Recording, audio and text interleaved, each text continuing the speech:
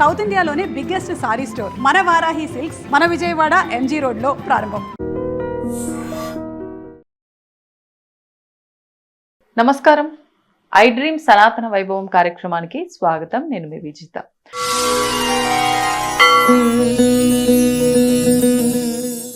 అసలు ఏంటి ఇప్పుడు శత సహస్ర అంటే 100 అని 1000 అని సంఖ్య మాత్రమే మాకు తెలుసు. ఈ అవధాని అంటే ఏంటండి? వేదాన్ని పూర్వపు రోజుల్లో అంటే అచ్చు లేనటువంటి రోజుల్లో గురుముఖత నేర్చుకునేటువంటి వాళ్ళు ఆ వేదం కిలం కాకుండా ఉండడం కోసం కొన్ని పాట పద్ధతులను ఏర్పాటు చేశారు.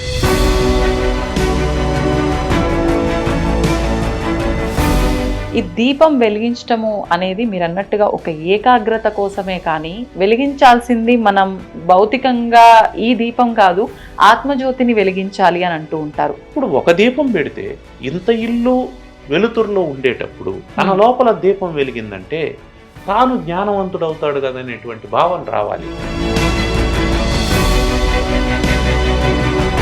ఏదైనా మనం ఆచరిస్తున్నాము అంటే పక్కన వాళ్ళు దాన్ని ఇంకో రకంగా ఆచరిస్తే ఖచ్చితంగా మనం విమర్శిస్తూ ఉంటాం. కానీ ఇక్కడ చేయాల్సింది విమర్శ కాదు. ఇప్పుడు దీనికి సంబంధించి భగవద్గీత ఒక అద్భుతమైనటువంటి మాట చెప్తుంది. నబుద్ధి భేదం జనయేత్ అజ్ఞానం కర్మ సంగినాం. వాడు అజ్ఞానంతో ఈ పని చేస్తాడు అని అనిపించింది, అయినా సరే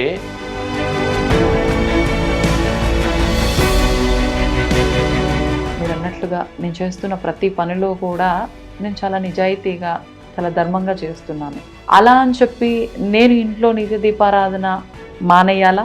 దీపం ఎందుకు? తమసోమా జ్యోతిర్గమయ, చీకట్లో నుంచి మనం వెలుతురుకు వెళ్ళాలి. జరగదు జరగదు జరగదు, నా బతికింతే నేను దురదృష్టవంతుని, నేను పాపాత్ముని అనేటువంటి ఆలోచన నుంచి జరుగుతుంది. శ్లోకాలు, నామాలు, స్మరణలు నాకు రావండి, నేను తింటున్నాను, నాకు ఈ ఆహారం ఇచ్చావు స్వామి, కృతజ్ఞతలు, నేను ఇలానే చెప్పుకుంటాను, చాలు, పర్వాలేదా? తిన్నడు ఏం పెట్టాడు? జింక మాంసాన్ని కాల్చి కర్రకుట్లు చేసి పెట్టాడు. అతనికి దొరికింది అది. అతని దృష్టిలో ఉత్తమమైన భోజనం అంటే అది. కొన్ని సందర్భాల్లో మనం మాట్లాడకుండా ఉంటే వీడికి ఏమి చేత కాదు, ఏమన్నా వీడికి అసలు రియాక్షన్ ఉండదు వాడి నుంచి అనే మాటలు కూడా మనం వింటూ ఉంటాము. మనం ఏమీ అనకపోతే వాళ్ళు మన గురించి తక్కువ అంచనా వేస్తారు అని అనుకొని మనం ఏదో ఒకటి అనడం కరెక్ట్ కాదు ఎప్పుడు. అంటే ఏమర్థం? తలరాత అంటూ ఉంటారు ప్రతి ఒక్క దానికి కూడా. తలరాతలో ఒకటి రాసున్నప్పుడు నువ్వు ఎన్ని వేషాలు వేసినా కూడా అది జరగాల్సింది జరగక మానదు అంటూ ఉంటారు పెద్దవాళ్ళు. ఎప్పుడైతే మనం అనుకునేది జరగలేదో అప్పుడు అది వస్తుంది. అంటే ఏమర్థం? మనం ఎప్పుడు నిరాశకు లోనవుతామో అప్పుడు మనం సమాధాన పడడం కోసం. ప్రస్తుతం మనతో పాటు ఉన్నారు శత అవధాని కళారత్న ఆముదాల మురళి గారు. ఇప్పుడు వారితో మాట్లాడి మరిన్ని విషయాలు తెలుసుకుందాం. ముఖ్యంగా మన సనాతన ధర్మానికి సంబంధించి, మనం నిత్యం చేసే పనులకు సంబంధించి ఆధ్యాత్మికంగా ఎన్నో సందేహాలు ఉంటూ ఉంటాయి. అవన్నీ కూడా వారితో మాట్లాడి నివృత్తి చేసుకునే ప్రయత్నం చేద్దాం. నమో వెంకటేశాయ అండి. నమస్తే. ఓం నమో వెంకటేశాయ. గురుగారు, సహస్ర అవధాని, శత అవధాని ఇలా వింటూ ఉంటాము. ఇప్పుడు మీ పేరు గురించి నేను అడిగినప్పుడు కూడా మీరు శతావధాని అని చెప్పడం జరిగింది. అసలు ఏంటి ఇప్పుడు శత సహస్ర అంటే 100 అని 1000 అని సంఖ్య మాత్రమే మాకు తెలుసు. ఈ అవధాని అంటే ఏంటండి? అవధానం అనేది ప్రాథమికంగా వేదానికి సంబంధించినటువంటిది. వేదాన్ని పూర్వపు రోజుల్లో అంటే అచ్చు లేనటువంటి రోజుల్లో గురుముఖత నేర్చుకునేటువంటి వాళ్ళు ఆ వేదం కిలం కాకుండా ఉండడం కోసం కొన్ని పాట పద్ధతులను ఏర్పాటు చేశారు. క్రమ, జట, ఘన మొదలైనటువంటి పాట పద్ధతులు ఉన్నాయి. ఆ పద్ధతుల ద్వారా వేదాన్ని నేర్చుకున్నటువంటి వాళ్ళను అవధాని అంటారు. ప్రాథమికంగా అవధాని అంటే ఏకాగ్రత కలిగిన వాడు అని అర్థం. అవధానం అంటే కాన్సన్ట్రేషన్, ఏకాగ్రత అని అర్థం. అంటే పాట పద్ధతి అంటే మీరు ఇప్పుడు అన్నట్టుగా అసలు రాసే విధానమే లేదు, వినేదే మొత్తం, చెప్తుంటారు, వినటము. అందుకే ముఖే సరస్వతి అనే మాట దాని నుంచే వచ్చింది. ముఖే సరస్వతి అంటే ఒకరి ముఖం నుంచి ఇంకొకరి ముఖానికి విద్య వస్తుంది అని. అదే విధంగా వేదానికి శృతి అని పేరుంది. శృతి అంటే వినడం ద్వారా నేర్చుకునేటువంటిది అని అర్థం. అందువల్ల ఇది వరకు ఉన్నటువంటిది విధానం ఏమిటంటే గురువు చెప్తూ ఉంటారు, ఒక మంత్రంలో ఒక భాగాన్ని, కొంత భాగాన్ని చెప్తారు. దాన్ని ఒక పన్నం అని అంటారు. దాన్ని శిష్యుడు పదే పదే పదే పదే చెప్తూ ఉంటాడు. అలా చెప్పడాన్ని సంత అంటారు. సంత. ఒకసారి చెబితే విని గ్రహించినటువంటి వాడిని ఏక సంతాగ్రాహి అంటారు. ఒక్కసారికే విని నేర్చుకున్నాడంట. అంటే ఈ పదం వింటూ ఉంటాము కానీ ఇంత వివరణ ఉంది. అవును. అట్లా వేదాన్ని ఒకసారి చెబితే వెంటనే ఆ స్వరంతో సహా నేర్చుకునేటువంటి వాడిని ఏకసంతాగ్రాహి అంటారు. కొందరికి 2 సార్లు వింటే వస్తుంది, కొందరికి 4 సార్లు వింటే వస్తుంది. ఎన్నిసార్లు వింటే వస్తుందనే దాంతో సంబంధం లేకుండా నేర్చుకునే వచ్చేంత వరకు చెప్పడం ఆ వేద విద్య యొక్క విశేషం. ప్రతి ఒక్కరికి వచ్చేంత వరకు చెబుతూనే ఉంటారు. ప్రతిరోజు ఏ పని చేస్తూ ఉన్నా చెప్పుకుంటూ ఉంటారు. అలా చెప్పుకొని వేదాన్ని కంఠగతం చేసుకుంటారు. ఆ తర్వాత మళ్ళీ వాళ్ళ శిష్యులకు వాళ్ళు చెప్పడం, వాళ్ళ శిష్యులకు వాళ్ళు చెప్పడం, ఇట్లా ఉంటుంది. ఇలా వేదాన్ని అధ్యయనం చేసినటువంటి వాళ్ళను అవధానులు అంటారు. ఓకే, ఇది వేదానికి సంబంధించింది. ఇప్పుడు అసలు ఈ వేదం ఎవరెవరు చదవచ్చు అంటారు? దీనికి అంటే పరిమితి ఏమైనా ఉంటుందా? కొన్ని నియమాలు ఉన్నాయి. దేనికైనా, ఏ విద్యకైనా కొన్ని నియమాలు ఉంటాయి. ఇప్పుడు ఎంబీబీఎస్ ఎవరికైనా చదవాలనే కోరిక ఉండొచ్చు కాక, కానీ ఎంట్రన్స్ రాసి పాస్ అయినటువంటి వాడికే అంతే అది చదివేటువంటి అర్హత వస్తుంది. ఆ అర్హతను సంపాదించుకోవాలి. అర్హతను సంపాదించుకున్నటువంటి వాళ్ళు నేర్చుకోవచ్చు. ఆ అర్హత అందరికీ సాధ్యమవుతుందా కాదా అనేది ఒకప్పటి జీవన విధానంలో ఒక రకంగా ఉండేది, ఇప్పటి జీవన విధానంలో ఇంకో రకంగా ఉంది. అంటే టెక్నాలజీ పెరగడం, ముద్రణా యంత్రాలు అందుబాటులోకి రావడం, అదేవిధంగా వ్యవసాయం చేయడానికి కావాల్సినటువంటి యంత్ర సామగ్రి అందుబాటులోకి రావడం, అంత మ్యాన్ పవర్ అవసరం లేకపోవడం, అందువల్ల కొంత తీరిక ఏర్పడింది. ఆ తీరిక ఏర్పడినప్పుడు ఎవరికి ఆసక్తి ఉంటే వాళ్ళు నేర్చుకోవచ్చు. అయితే ఎలా నేర్చుకోవాలనే దానికి మాత్రం నియమాలు ఉన్నాయి. గురుముఖతానే నేర్చుకోవాలా, స్వరబద్ధంగానే నేర్చుకోవాలా, అప్పుడు దాని ప్రయోజనం ఉంటుంది. అందులో ఏం విషయం చెప్పినారని తెలుసుకోవడం కోసం ఎవరైనా నేర్చుకోవచ్చు. దానికి అనువాదాలు ఉన్నాయి. అందరూ సంస్కృతంలోనే చదవాల్సిన అవసరం లేదు, మంత్రాన్ని మంత్రంగా చదవాల్సినటువంటి అవసరం లేదు. అంటే కేవలం దాన్ని ఏముందో తెలుసుకోవాలనుకునేటువంటి వాళ్ళు ఎట్లయినా చదువుకోవచ్చు. ఇప్పుడు అసలు ఎవరైనా చదవచ్చు, ఎవరైనా వినొచ్చు, నేర్చుకోవచ్చు. అంటే కొన్ని నియమాలు మాత్రం ఉంటాయి. అది కొంతమందికి. మీరు వేదాన్ని వేదంగా చదువుకోవాలని అనుకున్నప్పుడు నియమాలు ఉంటాయి. వేదంలో ఏం చెప్పినారో తెలుసుకోవాలనుకున్నప్పుడు నియమాలు అక్కర్లేదు. వేదాన్ని ఆ మంత్రాన్ని మంత్రంగా ప్రయోగించాలని అనుకున్నప్పుడు, దాని ప్రయోజనాన్ని మనం పూర్తిగా పొందాలనుకున్నప్పుడు అది స్వరబద్ధంగా చెప్పాలి. అసలు బాగుందండి. వేదం అన్నారు, మరి స్వరబద్ధంగా చెప్పాలంటే నియమాలు అన్నారు. వద్దు అలాగా నార్మల్ గా అనుకుంటే నియమాలు కూడా అవసరం. అసలు ఎందుకు నేర్చుకోవాలి వేదం? నేర్చుకుంటే నాకు వచ్చేది ఏంటి, ఏం ఉపయోగము అనుకుంటే ప్రతి ఒక్కరూ ఆలోచన చేసేది అదే. అవును, ఒక మాట కూడా ఉంది, ప్రయోజనం అనుద్దిశ్య మందోపి నా ప్రవర్తతే అని. అర్థం ఏంటండి? అంటే ఒక మూర్ఖుడు కూడా ప్రయోజనం లేకపోతే ఏ పని చేయడట. అంతే కదా. అటువంటిది మనం ప్రయోజనం లేకుండా ఏ పని చేయము. అంటే ఏదైనా ఎందుకు చదవాలి? వేదాన్ని పక్కన పెట్టేద్దాం. వేదం అనే మాటని కాసేపు పక్కకు పెడదాం. ఫిజిక్స్ ఎందుకు చదవాలి? కెమిస్ట్రీ ఎందుకు చదవాలి? అది కేవలం ఉద్యోగం కోసమే చదవాలా? ఇంకేం ప్రయోజనం లేదా దానివల్ల? ఎకనామిక్స్ ఎందుకు చదవాలి? అవి జీవితానికి ఉపయోగపడవా? ఉపయోగపడతాయి కదా. అన్ని సైన్సెస్ ఉపయోగపడేటువంటివి. కానీ ఎంతవరకు ఉపయోగపడుతున్నాయి? ఎవరు వాడుకుంటే వాళ్ళకి అంత ఉపయోగపడతాయి. అది మనం ఎలా ఉపయోగించుకుంటున్నాము అనేది. ఫిజిక్స్ లో న్యూటన్స్ లాస్ ఆఫ్ మోషన్ అనేసి ఉంటది. Every body continues its state of rest or uniform motion unless it is compelled by an external force అనేటువంటి ఒక ఇది ఉంటది. First law of Newton's motion. ఇది కేవలం పరీక్ష కోసం చదువుకుంటే వాడు చదువుకోవచ్చు. ఇది మిగతా వాళ్ళకు ఉపయోగపడదా అంటే ఉపయోగపడుతుంది. ఇప్పుడు రన్నింగ్ బస్సులో నుంచి దిగుతున్నాడు అనుకుందాం, వాడికి ఈ సూత్రం తెలిస్తే వాడు ఏం చేస్తాడో పరిగెత్తేటువంటి బస్తో పాటు అంటే వెళ్తూ ఉన్నటువంటి బస్తో పాటు వాడు కొంత ముందుకు పరిగెత్తుతాడు. పరిగెత్తినప్పుడు బోర్ల పడకుండా ఉంటాడు. ఇది న్యూటన్స్ లాస్ ఆఫ్ మోషన్ చెప్పేటువంటిది. అది చదువుకొని పరిగెత్తేవాడు ఉండొచ్చు, లేదా జీవితంలో తెలుసుకొని ఒకసారి బోర్ల పడి అనుభవంతో ఒకసారి ఏదైనా చదవగానే వినగానే సరిపోదు, దానిలో ఉన్న దాన్ని తెలుసుకోవాలి, ఆచరణలో ఆచరణ లేని విద్య ఏదైనా పనికిరాదు. ఏదైనా పనికిరాదు అంతే అండి. ఇప్పుడు మీకైనా నాకైనా అన్నం తింటే ఆకలి తీరుతుంది అని తెలుసు. ఏది కూర్చొని మన ఇద్దరం జపం చేస్తూ ఉందాం, అన్నం తింటే ఆకలి తీరును, అన్నం తింటే ఆకలి తీరును అని రాత్రికి 1000 సార్లు చెప్దాం. ఆకలి తీరుతుందా? ధ్యాస ఎక్కువ ఉంటుంది, ధ్యాస ఎక్కువ అవుతుంది, ఎక్కువ అవుతుంది.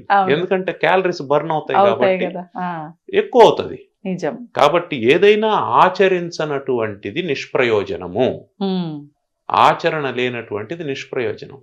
నేను మీకు ఎన్నైనా హామీలు ఇవ్వచ్చు, మీకు ఎందుకండి నేను మీకు మినిస్టర్ పదవి ఇస్తాను ఏదో చెప్పచ్చు, నా సొమ్మేం పోతుంది, అంతే కదా. కానీ నేను మీకు ఒక పూట భోజనం కూడా పెట్టకుండా ఇవన్నీ చెప్పడం వల్ల నిష్ప్రయోజనం కదా. అందుకని ఆచరణ లేనటువంటిది ఏది ప్రయోజనం లేదు. అందుకే ఆచారము అనే మాట వచ్చింది. ఆచారము అంటే ఆచరించుము, ఆచరించేదే ఆచారం.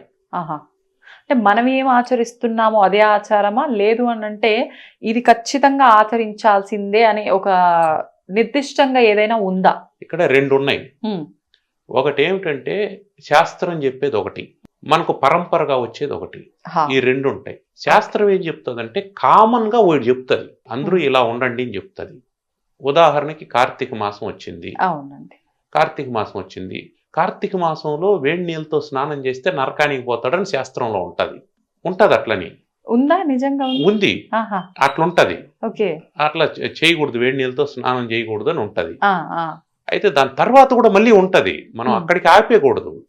శాస్త్రాన్ని కొంచెం లోతుగానే అధ్యయనం చేయాలి, పైపైన చదివేసి అదే శాస్త్రం అనుకోకూడదు.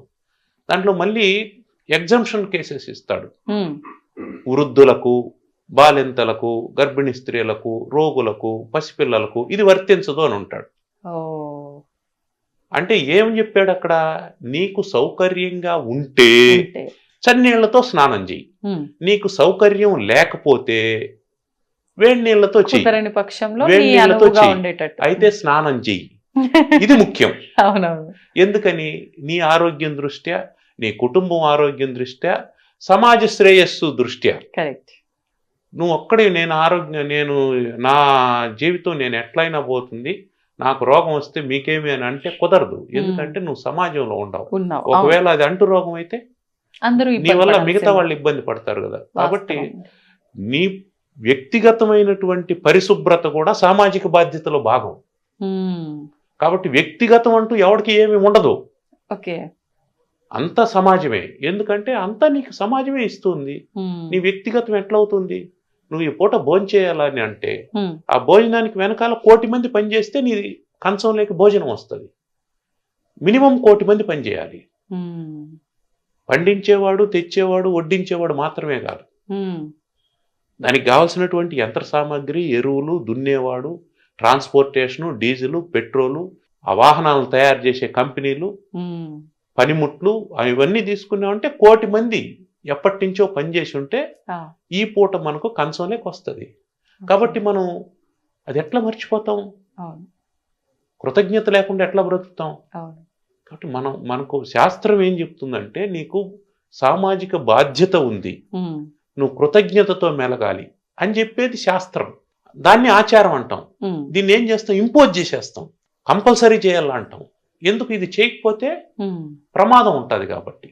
అందుకని ఆచారాల్లో కొన్ని కంపల్సరీ చేయాలంటారు. ఇంకా ఒకటి కూడా ఏం జరుగుతూ ఉంటుందంటే ఈ ఆచారాలను పాటించేటప్పుడు ఎందుకు అని అడుగుతూ ఉంటారు చాలా మంది. ఇది ఎందుకు చేయాలి, అది ఎందుకు చేయాలి, పెద్దలు ఏం చెప్తారు? చెప్పింది చెయ్యి, మిగతాదంతా నీకు సంబంధం లేదంటారు. ఎందుకు ఇట్లా ఇంత రూడ్గా చెప్తారు అని అంటే దాంట్లో ఎగ్జంప్షన్ తీసుకునే అవకాశం ఉంటుంది. ఇది నాకు వర్తించదు అని అనుకుంటాడు, ఇప్పుడు వర్తించదు, తర్వాత తర్వాత తర్వాత అన్ని సిచ్యువేషన్స్ ఒకే రకంగా ఉండవు కదా. అందుకని శాస్త్రం చెప్పేటువంటి ఆచారాన్ని ఖచ్చితంగా పాటించాలి అని చెప్తాడు. మిగతా ఏముంటాయి, కుటుంబాచారాలు ఉంటాయి. వాటిని వంశాచారాలు, కులాచారాలు అని అంటూ ఉంటాం మనం. ఆహా. ఆ ఆ కుటుంబంలో వాళ్ళకున్నటువంటి పరిస్థితుల దృష్ట్యా ఇప్పుడు రైతుకు ఒక ఆచారం ఉంటుంది. అవును. రైతు పశువులతో మమేకమై బ్రతికేటువంటి వాడు. అవును, పాడి పంట, పాడి పంటలు ఇవన్నీ బ్రతికేటువంటి వాడు. ఇప్పుడు పశువుల్ని గౌరవించడం ఇవంతా. ఇప్పుడు మనకు సంక్రాంతి వస్తుంది. సంక్రాంతి వచ్చినప్పుడు పశువుల కోసం ఒక పండుగ చేస్తాం. వాటిని శుభ్రంగా కడిగి వాటికి రంగులు పూసి అలంకరించి వాటి పూజించి ఇవన్నీ చేస్తాం. ఎందుకు చేస్తాం? వాటి ద్వారా మనం భోజనాన్ని సంపాదించుకున్నాం, వాటి శ్రమతో. వాస్తవం అండి. అవి మన కోసం శ్రమ చేస్తున్నాయి. అవును. మనం భోజనం వాటికి పెట్టకపోయినా గడ్డి మేసి బతుకుతాయి. వాటి జీవనానికి మనకు ఏమి సంబంధం లేదు. కానీ మన స్వార్థం కోసం వాటిని వాడుకుంటున్నాం. అప్పుడు చిన్న కృతజ్ఞత వాటిని పూజించడం అనేది. పూజ అనేది ఎప్పుడు కృతజ్ఞత, ఇది గుర్తుపెట్టుకోండి. అది భగవంతుడికి చేసినా, పెద్దలకు చేసినా, పిల్లలకు చేసినా పూజ అంటే అర్థం సేవ, కృతజ్ఞత. అందువల్ల ఇప్పుడు రైతు కుటుంబంలో ఏముంటుంది ఆచారం? ఆ పశువులకు పూజ చేయాలని ఉంటుంది. ఆ పశువులకు పూజ చేయాలా అనేటువంటి ఆచారాన్ని రైతు కానటువంటి వాడు పాటించాల్సిన అవసరం లేదు. అవును. ఇంకేదో తలంటు స్నానం చెప్పినారనుకోండి, అది అందరూ చేయొచ్చు, అందరూ చేయొచ్చు. కాబట్టి శాస్త్రం చెప్పినటువంటి ఆచారాల్లో అన్ని సామాజికమైనటువంటివన్నీ అందరూ ఆచరించాలి. ఇప్పుడు ఏమవుతుందంటే ఒక కామన్ కోడ్ ఏర్పడుతుంది. అప్పుడు కాంట్రవర్షన్ లేకుండా ఉంటుంది, కాంట్రడిక్ట్ కాకుండా ఉంటారు, వ్యతిరేకత ఉండదు. ఎప్పుడైతే వ్యతిరేకత లేదో అప్పుడు జీవితం సాఫీగా సాగిపోతూ ఉంటుంది, అందరి జీవితాలు. ఇప్పుడు మనం అర్థం చేసుకోవాల్సింది ఏంటంటే ఈ శాస్త్రాచారాలని ఎవరైతే పాటిస్తూ ఉన్నారో వాళ్ళు కులాచారాలని, వంశాచారాలని కూడా అర్థం చేసుకోవాలి. వాళ్ళకి ఈ ఆచారం ఉంది, అది పాటిస్తున్నారు, మనకు లేదు, మనం పాటించాల్సిన అవసరం లేదు. కాబట్టి వాళ్ళు మనం విమర్శించాల్సిన అవసరం లేదు. అంతే. ఈ వివేకం మనకు వచ్చిందంటే మనం ఎవరిని విమర్శించం.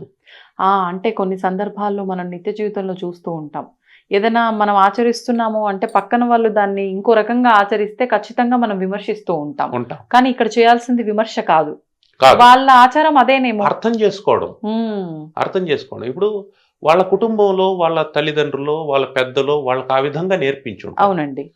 ఇప్పుడు దీనికి సంబంధించి భగవద్గీత ఒక అద్భుతమైనటువంటి మాట చెప్తుంది. శ్రీకృష్ణ పరమాత్మ ఒక అద్భుతమైనటువంటి సలహా ఇచ్చాడు అందరికీ. నబుద్ధి భేదం జనయేత్ అజ్ఞానం కర్మ సంగినాం. మీకేమనిపించింది? వాడు అజ్ఞానంతో ఈ పని చేస్తాడు అని అనిపించింది. అయినా సరే అతనిలో బుద్ధి భేదాన్ని మీరు సృష్టించకూడదు అన్నారు. బుద్ధి భేదం అంటే డోంట్ మేక్ హిమ్ కన్ఫ్యూజ్డ్. నువ్వు చేస్తాండే తప్పు అన్నావు, ఒప్పేమిటో చెప్పాలనుకుంటావు, వాడికి అది అర్థం కాదు, లేదా అది ప్రాక్టీస్లో లేదు. కరెక్ట్. ఇప్పుడు ఏమవుతాడు? అది వదిలేస్తాడు, కన్ఫ్యూజ్ అయ్యి పక్కకు పడేస్తాడు, అది వదిలేస్తాడు, దీన్ని అడాప్ట్ చేసుకోలేడు. ఇప్పుడు రొంటికి జడ్డ రేవడైపోతాడు. అందువల్ల బుద్ధి భేదాన్ని సృష్టించకండి, లెట్ దెమ్ డూ. అంతే. మీరు చేతనైతే ఏం చేస్తారంటే దాంట్లో కొద్ది కొద్దిగా అడిషన్స్ చేస్తూ రండి, ఒకటో ఆరో సబ్ట్రాక్ట్ చేస్తూ రండి. ఇది చేస్తున్నా, ఇది చేయండి, ఇది చెయ్యండి అని చెప్పండి. ఇప్పుడు హారతి వరకు ఇస్తున్నాడు, హారతి వరకు ఇస్తున్నప్పుడు ధూపం కూడా వెయ్యి చెప్పానండి, వేస్తున్నాడు. ఇంకేదో చేస్తున్నాడు. ఇప్పుడు ధూపం వేస్తూ ఉన్నాడు, ఆ ధూపం పట్టనటువంటి వాళ్ళు, పెద్దవాళ్ళు ఇద్దరు ఉన్నారు వాళ్ళ ఇంట్లో, ముసలి వాళ్ళు, దగ్గొస్తుంది వాళ్ళకి. ఇప్పుడు ఏం చేస్తాం? అది అక్కర్లేదని చెప్పండి. అంతే. శ్రేయస్సు, ఇబ్బంది పడుతున్నారు కాబట్టి ధూపం వేయాల్సిన అవసరం లేదు, మీరు హారతి ఇచ్చినా కూడా సరిపోతుందని చెప్పండి. చిన్న కరెక్షన్. దానివల్ల ఏమవుతుంది? మీరు మేలు చేసిన వాళ్ళు అవుతారు. మీరన్నది వాస్తవం. అంటే ఆ కరెక్షన్స్ చేయడం వల్ల ఇబ్బంది తగ్గిపోతుందేమో ఇంట్లో. అంతే. కాకపోతే మనకు కొన్ని మూఢనమ్మకాలు, తెలియని భయాలు అవన్నీ. కానీ ఇప్పుడు మీరన్న ఉదాహరణ తీసుకుంటే ధూపదీప నైవేద్యాలు ఖచ్చితంగా ఉండాల్సిందే. మీరన్నట్టుగా హారతి ఇవ్వు, ధూపం పడట్లేదు కాబట్టి మానేయు. అమ్మో ధూపం ఉండాలి ఖచ్చితంగా అంటారు. ఈ ధూపదీప నైవేద్యాలు లేని ఇంట్లో చెడు దృష్టి ప్రభావితం అవుతుంది అంటారు. మరి నేను ఇది మానేయటం వల్ల ఏమన్నా ప్రభావం ఉంటుందేమో ఇలా ఆలోచిస్తూ ఉంటారు. దానికి కృష్ణుడు ఏం చెప్పాడు? పత్రం పుష్పం ఫలం తోయం అన్నాడు. ఏదైనా ఒకటే అన్నాడు. అన్నీ చెయ్యి. కానీ ధూపం దీపం నైవేద్యం వీటన్నిటికీ ఒక ప్రధానమైనటువంటి విషయం ఒకటి ఉంది, మనం గుర్తుపెట్టుకోవాల్సిన విషయం. ఏంటండి? మన ఇంట్లో ట్యూబ్ లైట్ ఉంది, టీవీ ఉంది, కూలర్ ఉంది, ఫ్యాన్ ఉంది, మిక్సీ ఉంది, గ్రైండర్ ఉంది. ఇవన్నీ ఉన్నాయి. ఇవన్నీ అవసరమే కదా మనకు. అవును, అవసరమే కదా. అవసరం. ఇప్పుడు కరెంటు లేకపోతే, ఒకప్పుడు కరెంటు లేకపోయినా దీపాల వెలుగులో ఉన్నారు. ఇవన్నీ ఉండి కూడా ఇవన్నీ పనిచేయవు, ఉపయోగం లేదు కదా. అప్పుడు మీరు ధూపము దీపము నైవేద్యం ఇవన్నీ పెట్టి భక్తి లేకపోతే, భక్తి అనేది దీనికి పవర్ లాంటిది. మీరు భక్తితో చేస్తున్నారు అని అంటే, భక్తితో మీరు ధూపం వదిలేశారు నష్టం లేదు, దీపం వదిలేశారు నష్టం లేదు, భక్తిని వదలకుండా ఉంటే చాలు. మీరు అన్నారు అంటే 1-2 సార్లు భక్తి భక్తి భక్తి, ఎన్ని ఉన్నా భక్తి లేకపోతే వృధా. కానీ మా అందరి దృష్టిలో కంటికి నచ్చినట్టుగా అలంకరించానా, చేతి నిండా వండి ప్రసాదం పెట్టానా, అంతా కూడా దండిగా ఉండాలి ప్రతిదీ కూడా. అట్లుంటేనే భక్తి అని భావిస్తున్నాం. మరి ఏమంటారు మీరు భక్తి అంటే? ఇవన్నీ చేయడం మంచిదే, నేను కాదన్ను. ఎందుకంటే నా బుద్ధి భేదం జనయత్ అన్నారు కదా, కాబట్టి నేను దాన్ని విమర్శించను. అయితే ఇవన్నీ చేసేటప్పుడు ఒక చిన్న అడిషన్ చేసుకోండి. మీరు ఎంత పెడుతున్నారు అనే దాన్ని క్వాంటిటీ చూడకండి, ఎలా పెడుతున్నారు అనే క్వాలిటీ చూడండి. ఎప్పుడైనా మనం కంటైనరు ఎంత బాగుందని చూడకూడదు, కంటెంట్ ఎంత బాగుందని చూడాలి. కరెక్ట్. ఇప్పుడు కంటెంట్ ఏమిటి? భక్తి కంటెంట్. ఇవన్నీ కంటైనర్స్. మీరు అద్భుతంగా 10 అడుగుల విగ్రహం పెట్టారు, పూజ చేస్తున్నారు. నేను చేస్తున్నాను అనేటువంటి అహంకారం ఎప్పుడైతే మీకు ఉందో అప్పుడేమవుతుంది? దానివల్ల ప్రయోజనం ఏమి ఉండదు. అందుకని నా ఆలోచన ఏమిటంటే, మీరు ఒక చిన్న విషయాన్ని యాడ్ చేసుకోండి. మీరు చేసేటువంటి అలంకారంతో పాటు భక్తిని కూడా అలంకరించండి, భగవన్నామాన్ని చెప్పుకోండి. మీరు నైవేద్యం చేస్తూ ఉన్నప్పుడే, వండేటప్పుడే భగవన్నామాన్ని చెప్పండి, పెట్టేటప్పుడు భగవన్నామాన్ని చెప్పండి. దీనికోసం ప్రత్యేకంగా కాదు, అసలు యద్యత్ కర్మ కరోమి తత్తదఖిలం శంభో తవారాధనం అని శంకరాచార్యులు వారు అన్నారు. అర్థం ఏంటండి? నేను ఏమేం పని చేస్తున్నానో అదంతా నీ ఆరాధన అన్నాడు. మనం చేసే ప్రతి పని ఆరాధన ఎప్పుడవుతుంది? ఎప్పుడవుతుందంటే, మనం ఎప్పుడైతే మన మాటలకు భగవంతుణ్ణి కలుపుతామో, భక్తిని కలుపుతామో, అప్పుడు మాటలన్నీ స్తోత్రాలు అయిపోతాయి. అంటే ఏ రకంగా అంటారు? అంటే మనం భగవన్నామాన్ని చెప్పుకుంటూ ఉండాలి, మన మాటల్లో భగవంతుడు ఉండాలి. అంటే అర్థం ఏంటంటే, భగవంతుడు అంటే నామరూపాత్మకమైనటువంటిదని కాదు. అవతల వాడిని మనం హర్ట్ చేయకుండా మాట్లాడుతున్నామంటే ఆ మాటలో భగవంతుడు ఉన్నాడని. అవతల వాడిని ఇబ్బంది పెట్టకుండా మనం ప్రవర్తిస్తూ ఉన్నామంటే దాంట్లో భగవంతుడు ఉన్నాడని అర్థం. అందుకే కృష్ణుడు విభూతి యోగం అంతా అదే చెప్పాడు. నేను దాంట్లో ఉంటాను, దీంట్లో ఉంటాను, దీంట్లో ఉంటాను, దాంట్లో ఉంటాను, అది నేను, ఇది నేనని చెప్పాడు. దాని అర్థం ఏంటంటే అన్నిట్లో ఆయన ఉన్నాడు అని అర్థం. అన్నిట్లో ఆయన ఉన్నాడు అనేది మనం ఐడెంటిఫై చేయడమే భక్తి. మీరు నడుస్తూ ఉన్నారు, భగవన్నామాన్ని చెప్పుకున్నారు, అప్పుడు ఆ నడక ప్రదక్షిణ అయిపోతుంది. మీరు భోంచేస్తూ ఉన్నారు, భగవంతుడా నేను ఏం పని చేశానో, దీనికి నాకు ఏం అర్హత ఉందో నాకు తెలియదు, కానీ ఈ పూట నువ్వు నాకు భోజనం ఇచ్చావు, నేను కృతజ్ఞుడై ఉంటాను. ఎప్పుడైతే మనం భోజనానికి కృతజ్ఞుడయ్యామో, భగవంతునికి నమస్కారం చేసినామో, వండిన వాళ్ళకి నమస్కారం చేసినట్టు, వడ్డించిన వాడికి నమస్కారం చేసినట్టు, పండించిన వాడికి నమస్కారం చేసినట్టు, మొత్తం ప్రకృతికంతా మనం కృతజ్ఞులై ఉన్నట్టు. ఎప్పుడు మనం ప్రకృతికంతా కృతజ్ఞులై ఉన్నామో దాని పేరే భక్తి. ఆ కృతజ్ఞత మనకు వచ్చింది. ఇప్పుడు మనం తినేటువంటి భోజనం ప్రసాదం అయిపోయింది. అవును. ప్రసాదం అనే పేరుతో మనం అహంకారంతో పెట్టామనుకోండి, ఇగో నేను ఈ లడ్డు తెచ్చాను తిను, నీ కోసం అని తెచ్చాను అని అన్నాం అనుకోండి, ఆ లడ్డు కంటే ముందు స్మెల్ ఏమొస్తుంది? లడ్డు స్మెల్ రాదు, ఆ ఈగో స్మెల్ వస్తుంది. వాస్తవం. ఆ ఈగో స్మెల్ ఎప్పుడైతే వచ్చిందో అప్పుడేమవుతుంది? భక్తి పెడదారి పట్టింది. అందుకని ఎప్పుడు మనం చేసేటువంటి ప్రతి పనికి భగవంతుణ్ణి యాడ్ చేసుకోవడం అంటే అర్థం ఏంటంటే, ఆ పని పట్ల మనం భక్తితో శ్రద్ధతో ఉండడం అంటే కృతజ్ఞత కలిగి ఉండడం. ఇప్పుడు మీరు అన్నట్టుగానే తీసుకుంటే దాంట్లోనే ఒక విషయాన్ని, నేను తోటి వారితో బాగుంటాను, మీరు అన్నట్లుగా నేను చేస్తున్న ప్రతి పనిలో కూడా నేను చాలా నిజాయితీగా చాలా ధర్మంగా చేస్తున్నాను అంటే అదొక భక్తి కిందే అర్థం. అన్ని రకాలుగా నేను కృతజ్ఞత తెలుపుకుంటున్నట్లే. అలా అని చెప్పి నేను ఇంట్లో నిత్య దీపారాధన మానేయాలా? అవసరం లేదు. ఎందుకు? ఇంకా అంటే నేను భక్తిని ఈ రకంగా ప్రదర్శిస్తున్నా కదా, మరి ఈ విధానం ఎందుకు ఇది ఆచారం. ఇది మీరు వ్యక్తిగతంగా చేసేటువంటి ప్రాక్టీస్ ఒకటి, మీకు పరంపరగా వచ్చినటువంటి ప్రాక్టీస్ ఒకటి. ఓకే.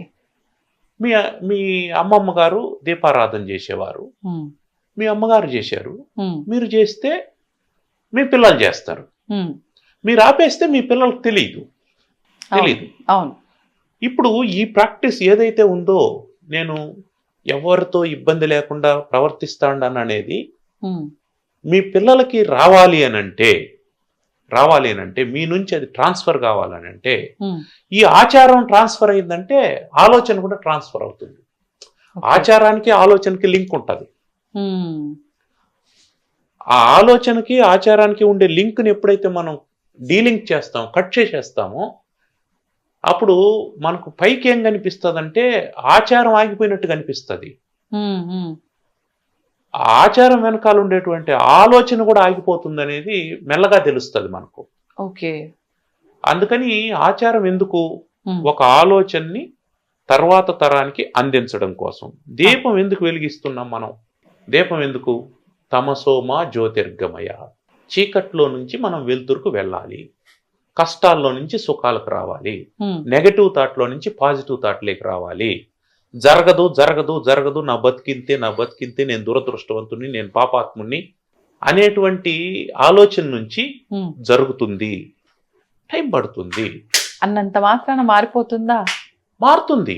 ఏ విధంగా మారుతుంది? ఎందుకు అంటే ఎప్పుడైతే మీకు జరుగుతుంది అనేటువంటి ఆలోచన వస్తుందో, ఎలా జరుగుతుంది అనే క్వశ్చన్ కూడా వస్తుంది. ఓకే.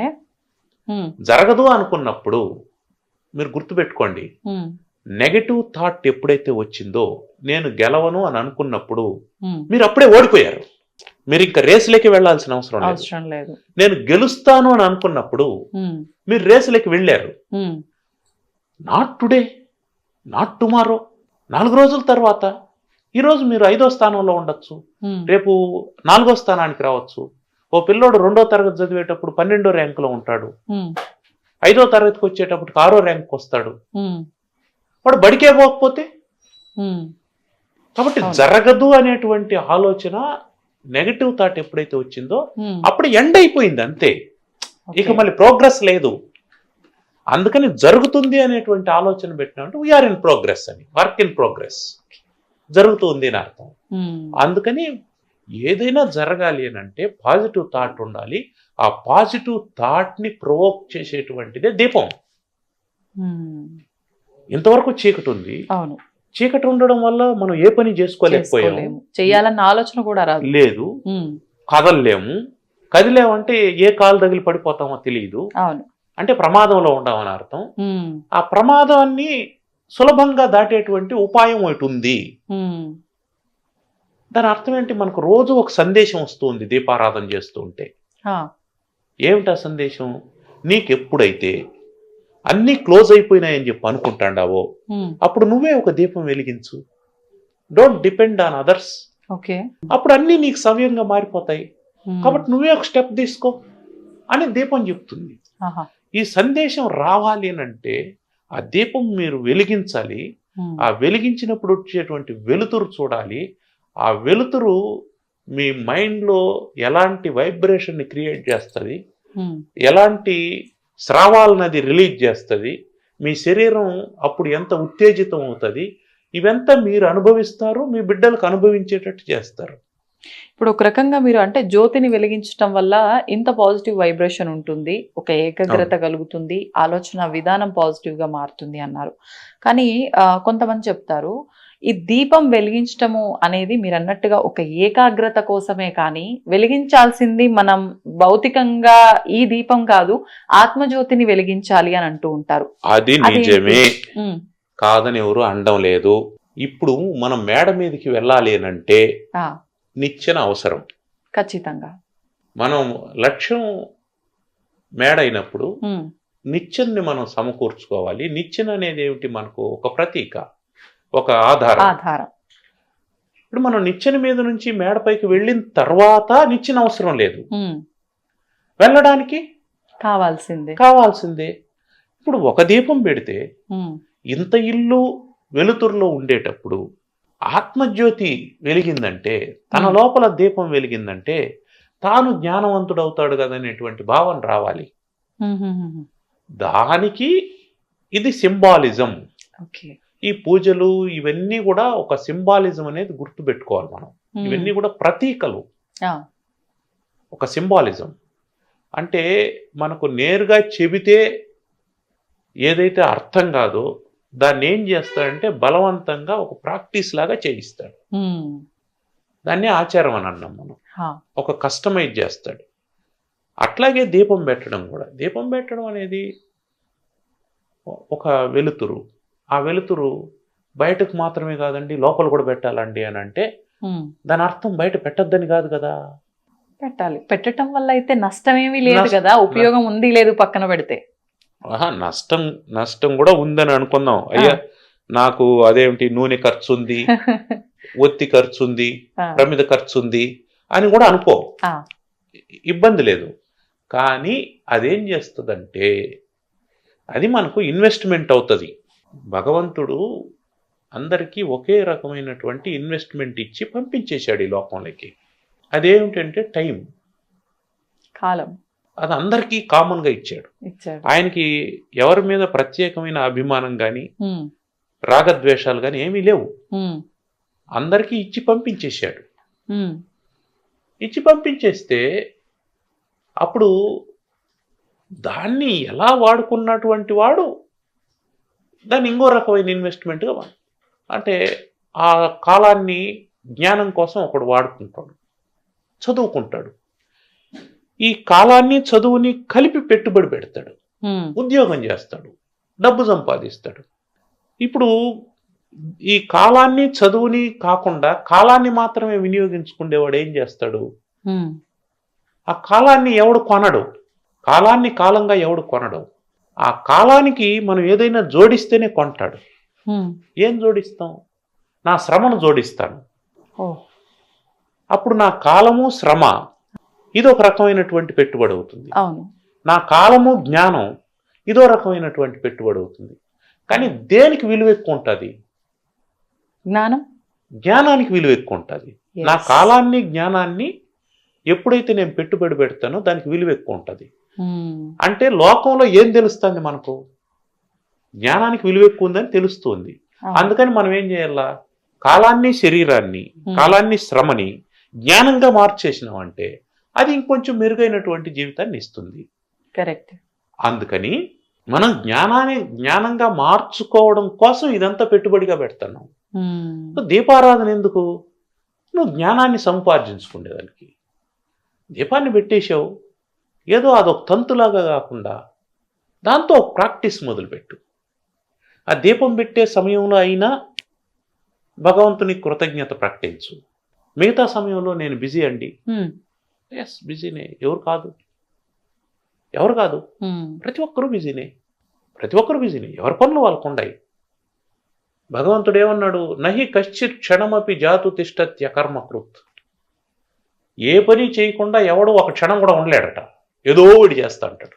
పనికొచ్చేదైనా పనికిరాందైనా అది ఎవడెవడు ఇది వాడిది, ఎవరో దృష్టి వాళ్ళది. మనకు చాలా పనికిరానట్టు అనిపిస్తూ ఉంటాయి. వాళ్ళకి పనికి రాకపోతే వాళ్ళు ఎందుకు చేస్తారు? వాళ్ళకి అది పనికొచ్చేది అయి ఉంటుంది, ఉమ్, మనకు అది పనికిరాంది అయి ఉంటుంది. ఓకే. కాబట్టి దృష్టి భేదం వల్ల అలా కనిపిస్తూ ఉంటాయి. ఉమ్, కాకపోతే ఎవడో ఏ పని చేయకుండా ఉండడు. ఉమ్, అయితే అలా చేస్తూ ఉన్నటువంటి వాడు దానివల్ల ఏం ప్రయోజనాన్ని పొందుతున్నాడు? ఆ, ఇట్లా ఈ ప్రయోజనాల్ని ఆశించి ఈ పనులంతా చేస్తూ ఉంటూ భగవంతుని గురించి ఎప్పుడు మర్చిపోయాం మనం. అవును. దీపారాధన చేసేటప్పుడు, సంధ్యావందనం చేసేటప్పుడు, స్నానం చేసేటప్పుడు, కష్టం వచ్చినప్పుడు. పడుకుండేటప్పుడు, నిద్ర లేచినప్పుడు. అందుకని మన వాళ్ళు ఏం చేశారంటే ఎప్పుడు మనకు లిటిల్ బిట్ టైం దొరుకుతుందో ఉమ్, ఆ టైంకి ఒక స్తోత్రాన్నో శ్లోకాన్నో మనకు అందజేశారు. ఆ, నిద్ర లేస్తేనే భూదేవికి నమస్కారం చెయ్యి అని చెప్పి అన్నాడు. ఉమ్, ఆ చేతులు చూసి నా కరాగ్రే వసతే లక్ష్మి అని చెప్పుకో అని చెప్పి అన్నాడు. ఒక్క క్షణం మళ్ళీ కాళ్ళు కింద పెట్టావంటే మళ్ళీ పరుగులే కదా. ఆ దీపం పెట్టేటప్పుడు ఉమ్, సంధ్యాదీపం నమోస్తుతే అని చెప్పాను, దీపం జ్యోతి పరబ్రహ్మాను. ఉమ్, ఆ టైంలో అయినా భగవంతుని తలుచుకుంటావు కదా. ఇప్పుడు ఈ ఆచారాలన్నీ మనం చూసినామంటే ఉమ్, భోజనం చేసేటప్పుడు అన్నపూర్ణే సదాపూర్ణే అంటాం కదా, భగవంతుని తలుచుకుంటున్నాం కదా. స్నానం చేసేటప్పుడు గంగే యమునే చేయవ అంటున్నాం కదా. అంటే మనం చేస్తున్న ప్రతి పనికి ఏం చేశారు, ఉమ్, భగవంతుని ఎట్లా యాడ్ చేసుకోవాలని చెప్పారు. అవును. స్మరణ. ఉమ్, అలా మనం ఎప్పుడైతే చేస్తామో అప్పుడు మన జీవితం ఏమవుతుంది, భగవన్మయమైన జీవితం అయిపోతుంది. మీరు అన్నట్టుగా ఈ శ్లోకాలు, నామాలు, స్మరణలు నాకు రావండి, నేను తింటున్నాను, నాకు ఈ ఆహారం ఇచ్చావు స్వామి కృతజ్ఞతలు, నేను ఇలానే చెప్పుకుంటాను, చాలు, పర్వాలేదా? చాలు. ఉమ్, ఎందుకంటే ప్రపంచంలో ఉన్నటువంటి వాళ్ళందరికీ శ్లోకాలు లేవు. లేవు. సంస్కృతం తెలిసిన వాళ్ళు శ్లోకాలు ఉంటాయి. ప్రతి ఒక్కడికి భాష అయితే ఉంది. ఉమ్, ఇక్కడ పుట్టినటువంటి ప్రతి మానవునికి భాష ఉంది. అందరికీ సంస్కృతం ఉండాలని ఏమి లేదు. అతని భాషలో అతడు ఉమ్, కృతజ్ఞతను ప్రకటిస్తాడు. మనకు తెలిసిన దాంట్లో ఇప్పుడు మనం కాళహస్తీశ్వరుని కథ చూసామంటే ఆ, తిన్నడు ఏం పెట్టాడు, ఉమ్, జింక మాంసాన్ని కాల్చి కర్రకుట్లు చేసి పెట్టాడు. అతనికి దొరికింది అది, ఉమ్, అతనికి తెలిసింది అది. అతని దృష్టిలో ఉత్తమమైన భోజనం అంటే అది. మనకు ఏది ఉత్తమం అనిపిస్తే అది పెడతాం భగవంతునికి. ఆ, భగవంతుడు అతన్ని రిజెక్ట్ చేయలేదే. ఉమ్, కారణం ఏమిటి, ఈయన వండి పెట్టింది ఆయన తిని బ్రతకడం లేదు. ఉమ్, ఎలా పెడుతున్నాడనేది ముఖ్యం, ఏం పెడుతున్నాడనేది కాదు. ఎలా పెడుతున్నాడనేది ముఖ్యం. ఎలా పెడతాడు, వాడికి ఏముంటే అది పెడతాడు. ఉమ్, ఇప్పుడు వంశాచారాల్లో, కులాచారాల్లో బలులు ఇవన్నీ కూడా ఉంటాయి, ఉంటాయి. వామాచారాలు అవన్నీ ఉంటాయి. ఉమ్, కులాచారం అది కొనసాగిస్తూ ఉంటాడు. ఉమ్, కొన్నాళ్ళకి ఇది వద్దనుకుంటాడు, దీనివల్ల మనం హింస చేస్తున్నామని అనుకుంటాడు. ఉమ్, ఆ రోజు నాటికి ఏమవుతాడు, మానేస్తాడు. మానేస్తారు. మరి అంటే అది ఒక ఆచారంగా ఆచరిస్తున్నప్పుడు కొన్నాళ్ల పాటు వాళ్ళ వంశీకులంతా ఈయనకు అది బయలు వద్దు జీవహింస అనిపించి మానేయటం ఎంతవరకు సమంజసం? సమంజసమే. ఏ రకంగా? ఎందుకంటే అది హింస కాబట్టి. మరి హింస అయితే ఎందుకు ఇంతకాలం వీళ్ళు ఆచరిస్తూ వచ్చారు? ఇంతకాలం వాళ్ళకి తెలియలేదు కాబట్టి ఆచరించారు. ఓకే. వాళ్ళకి ఆ ఎన్లైట్మెంట్ కలగలేదు, ఉమ్, ఆచరించారు. ఎన్లైట్మెంట్ కలిగినటువంటి వాడు కూడా ఎందుకు చేయాలి? ఇప్పుడు ఏదో ఒక మూఢాచారం ఏదో ఉంటుంది, ఏదో కామెర్లు వచ్చింది అని వాత పెట్టుకుంటూ ఉంటారు, వాత పెట్టుకుంటే పోతుందని. ఉమ్, తెలియనంతకాలం పెట్టుకున్నారు, ఉమ్, తెలిసిన తర్వాత ఎందుకు తింటారు? ఇప్పుడు మానవుని జీవన పరిణామంలో ఏం జరిగింది, ఏది తినచ్చు ఏది తినకూడదు అని కనుక్కోవడానికి కొన్ని వేల సంవత్సరాలు పట్టింది. కొన్ని వేల మంది చనిపోయారు. ఉదాహరణకి గన్నేరు పప్పు తింటే చనిపోతారు అని తెలుసుకోవడం కోసం ఉమ్, కొన్ని వేల మంది చనిపోయి ఉంటారు. ఆ, టెస్ట్ చేసినప్పుడల్లానా? అంతే కదా. ఇప్పుడు ఏదో పప్పు దొరికింది, దాన్ని తినుంటాడు. ఉమ్, బహుశా చేదుగా ఉంటే తిని ఉండకపోయి ఉండొచ్చు. ఉమ్, ఒకవేళ అది కొంచెం తీయగా ఉందనుకోండి, లేదా కొంత వగురుగా ఉందనుకోండి, ఇది బాగుంటుందేమో అని తిని ఉంటాడు. ఆ, తినిన తర్వాత చనిపోయి ఉంటాడు. ఇప్పుడు ఆ సమూహానికి తెలుస్తుంది ఉమ్, ఇది విషము, ఇది తినకూడదు అనేసి. ఉమ్, వాళ్ళకి తెలుస్తుంది, వాళ్ళ పిల్లలకు చెప్తారు, వాళ్ళతో సంబంధం ఉన్నటువంటి వాళ్ళకి చెప్తారు. వాళ్ళకేం యూట్యూబ్ లేదు కదా వీడియో చేసి పెట్టడానికి, కమ్యూనికేషన్ లేదు. అవును. ఇంకొక సమాజంలో అదే జరుగుంటది. జరుగుంటది. ఇంకో సమాజంలో అదే జరుగుంటది. అవును. ఎక్కడెక్కడ గుంపులుగా ఉన్నారో అక్కడంతా ఉమ్. ఇదిగో ఇది తినొచ్చు ఇది తినకూడదని తెలుసుకునేదానికే చాలా మంది ప్రాణత్యాగం చేసి ఉంటారు. తెలిసిన తర్వాత ఉమ్. మళ్ళీ తినరు కదా. ఇది కూడా అంతే. ఓకే. అంతవరకు తెలియదు, తిన్నారు. ఉమ్. కాబట్టి ఏ ఆచారంలో అయినా ఎక్కడైనా సరే కరెక్షన్స్ అనేవి ఎప్పుడు అవసరమే. ఉమ్. ఏ సంప్రదాయంలో అయినా సరే కరెక్షన్స్ అనేవి ఎప్పుడు అవసరమే. ఇది అవసరం లేదనుకుంటే తీసేయచ్చు. ఓకే. తీసేయచ్చు. దీనివల్ల ఇబ్బంది కలుగుతుందంటే తీసేయచ్చు. ఎందుకు ఎన్ని ఆచారాల్లో నుంచి మనం బయటపడలేదు? వితంతు పునర్వివాహాలు చేయలేదా? సతీ సహగమనాన్ని నిషేధించలేదా? ఇవన్నీ చేస్తూనే ఉన్నాం కదా. Corrections important. ఎప్పుడు కరెక్షన్స్ జరగవో ఆ జాతి నాశనం అయిపోతుంది, ఆ సంస్కృతి నాశనం అయిపోతుంది. ఓకే. ఓకే. ఏదైనా ఒక సివిలైజేషన్, ఏదైనా ఒక కల్చర్ అది కొనసాగాలంటే దాంట్లో అవసరమైనటువంటి కరెక్షన్స్ చేసుకుంటూ రావాలి. కరెక్ట్. ఇప్పుడు మీరు అన్నట్టు ఈ కరెక్షన్స్ జరగాలంటే ఈ ఆలోచన అనేది ఎక్కడో దగ్గర మొదలవ్వాలి. అవును. ఎవరిలోనో ఒకరిలో మొదలవ్వాలి. ఆలోచన మొదలైతేనే దాని గురించి మనం ఏంటి అనే ఒక రీసెర్చ్ చేయగలుగుతాము. ఆ తర్వాతే దాన్ని మార్పు చేయగలుగుతాం. అంటే ఆలోచన అనేది ఒక రకంగా మంచికే దారి తీస్తుంది అని చెప్పొచ్చు. ఈ మంచి ఆలోచన రావటం అనేది చాలా కష్టమైపోయింది. ఈ ఆలోచన ఎంతవరకు జీవితాన్ని ప్రభావితం చేస్తుంది? మంచి ఆలోచన రావాలంటే ఏ రకంగా ఉండాలి? అసలు జీవితం అంటేనే బంచ్ ఆఫ్ థాట్స్. మీ జీవితం అంటే మీ ఆలోచనలే మీ జీవితం. నా జీవితం అంటే నా ఆలోచనలే నా జీవితం. ఈ ఆలోచనలు అనేవి ఎప్పుడు మన ముందర ఒక చాయిస్ లాగా నిలబడతాయి. ఒకటి పాజిటివ్ థాట్ ఉంటుంది, నెగిటివ్ థాట్ ఉంటుంది, క్రూయల్ థాట్ ఉంటుంది, కైండ్ థాట్ ఉంటుంది. రెండు ఉంటాయి. మనం దేన్ని స్వీకరించాలి అనే దాని కోసమే తల్లిదండ్రులు, గురువులు, విద్య ఇవన్నీ మనకు అవసరం. మన ముందర రెండు ఆలోచనలు ఉన్నప్పుడు ఏ ఆలోచనను స్వీకరించాలని చెప్పడం కోసమే విద్యా విధానం ఏర్పడింది. నువ్వు ఎలా ఆలోచన చేస్తున్నావు అనేదే నీ జీవితం. ఓకే. అందుకని తల్లిదండ్రులు ఏం చెప్పాలా? పిల్లవాడు ఏం ఆలోచన చేస్తున్నాడు అని చెప్తావు. మనం చెప్తూ ఉంటారు, అదేమిటి నామకరణం చేసినప్పుడు పిల్లవాడు పాక్కుంటూ వెళ్ళి ఏదో పెడతారు, కత్తి పెన్ను ఇట్లాంటివి పెట్టుంటారు. ఒకవేళ వాడు కత్తి పట్టుకున్నాడు అనుకుందాం, వాడికి ఏం తెలియదు. అన్నప్రాసన సమయంలో వాడు కత్తి పట్టుకున్నాడు అని అనుకుందాం. వాడికి ఏది అందుబాటులో ఉంటే అది పట్టుకుంటాడు, తెలిసి కాదు. ఒకవేళ మనకు భావన అది కలిగింది అనుకో, అరే వీడు కత్తి పట్టుకున్నాడు, మిలిటరీలో చేరుద్దాము, అవంతా ఆలోచన చేయొద్దు. That is wrong. అందులో ఏం సంస్కారం ఉందో చూద్దామనే ఉద్దేశంతో పెట్టుండొచ్చు. ఏది ఆకర్షణగా ఉంటే దాని వైపుకి వెళ్తాడు పిల్లవాడు. దాన్ని బేస్ చేసుకొని దానికి మనం కన్క్లూజన్ ఇచ్చి who are you to conclude? ఈ కన్క్లూజన్స్ అనేటివి చాలా డేంజర్. ఆ కన్క్లూజన్స్ వల్లనే మనం కరెక్షన్స్ చేయలేకుండా పోతాం. అందుకని ఆలోచనల్ని రానివ్వాలి, ఆలోచనల్ని పుట్టనివ్వాలి. పాజిటివ్ అయినా నెగిటివ్ అయినా ఫస్ట్ రావాలి. ఓకే. నేలను దున్నాలి, నేలను దున్ని నీళ్లు పెట్టాలి, పైరు వేయాలి. దాంట్లో కలుపు మొక్కలు కూడా వస్తాయి, రాకుండా ఎందుకుంటాయి? ఆ తర్వాత మళ్ళీ మనం ఏం చేయాలా? కలుపు మొక్కలు తీసేస్తూ రావాలి. వచ్చిన చిక్కు అక్కడే కదండి. ఆలోచనలు ఎన్నెన్నో వస్తాయి. ఇప్పుడు ఒక సమస్య వచ్చిందంటే దానికి సంబంధించిన ఆలోచనలు చాలా వస్తాయి, మీరు అన్నట్టు పుట్టలుగా.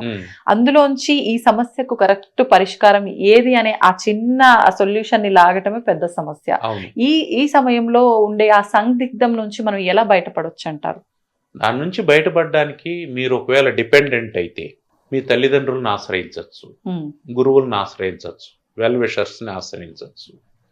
లేదనుకుంటే మనకు పుంఖానుపుంఖంగా వస్తూ ఉన్నటువంటి ఆలోచనల్ని మొదట మనం అబ్జర్వ్ చేయాలి. నాకెందుకు ఈ ఆలోచన వస్తుంది?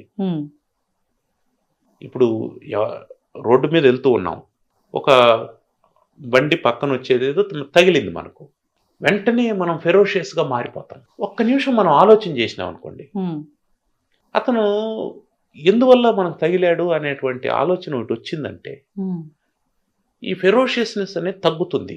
నిజానికి ఈ తీవ్రమైనటువంటి ఆలోచన అవతల వాడినేమి ఎఫెక్ట్ చేయదు, మనల్ని ఎఫెక్ట్ చేస్తుంది. అంటే ఏమర్థం, మనకు తెలియకుండానే మనం ప్రమాదాన్ని మనమే తయారు చేసుకుంటున్నాం. ఆలోచన అనేది ప్రమాదకారిగా మారిపోతుంది. అవును. అది ఏమవుతుంది, మనం అవతల వాడిని చేయి చేసుకోవడం, పరుషంగా మాట్లాడడం జరుగుతుంది. అది దాని కాన్సిక్వెన్సెస్ మారిపోతాయి మళ్ళీ. కరెక్ట్. ఒక్క క్షణం ఆలోచన చేసి కాసేపు నిదానంగా ఉండగలిగినామంటే అవతల వాడు మారచ్చు, మనం మారచ్చు, జరిగినటువంటి డ్యామేజ్ ఏదో ఒక రకంగా రికవర్ చేసుకోవచ్చు, దాన్ని అక్కడికి వదిలేసి వెళ్ళిపోవచ్చు. అక్కడ జరిగినటువంటి దాన్ని అక్కడికి వదిలేసి వెళ్ళిపోవచ్చు, దాన్ని ప్రొలాంగ్ చేయకుండా.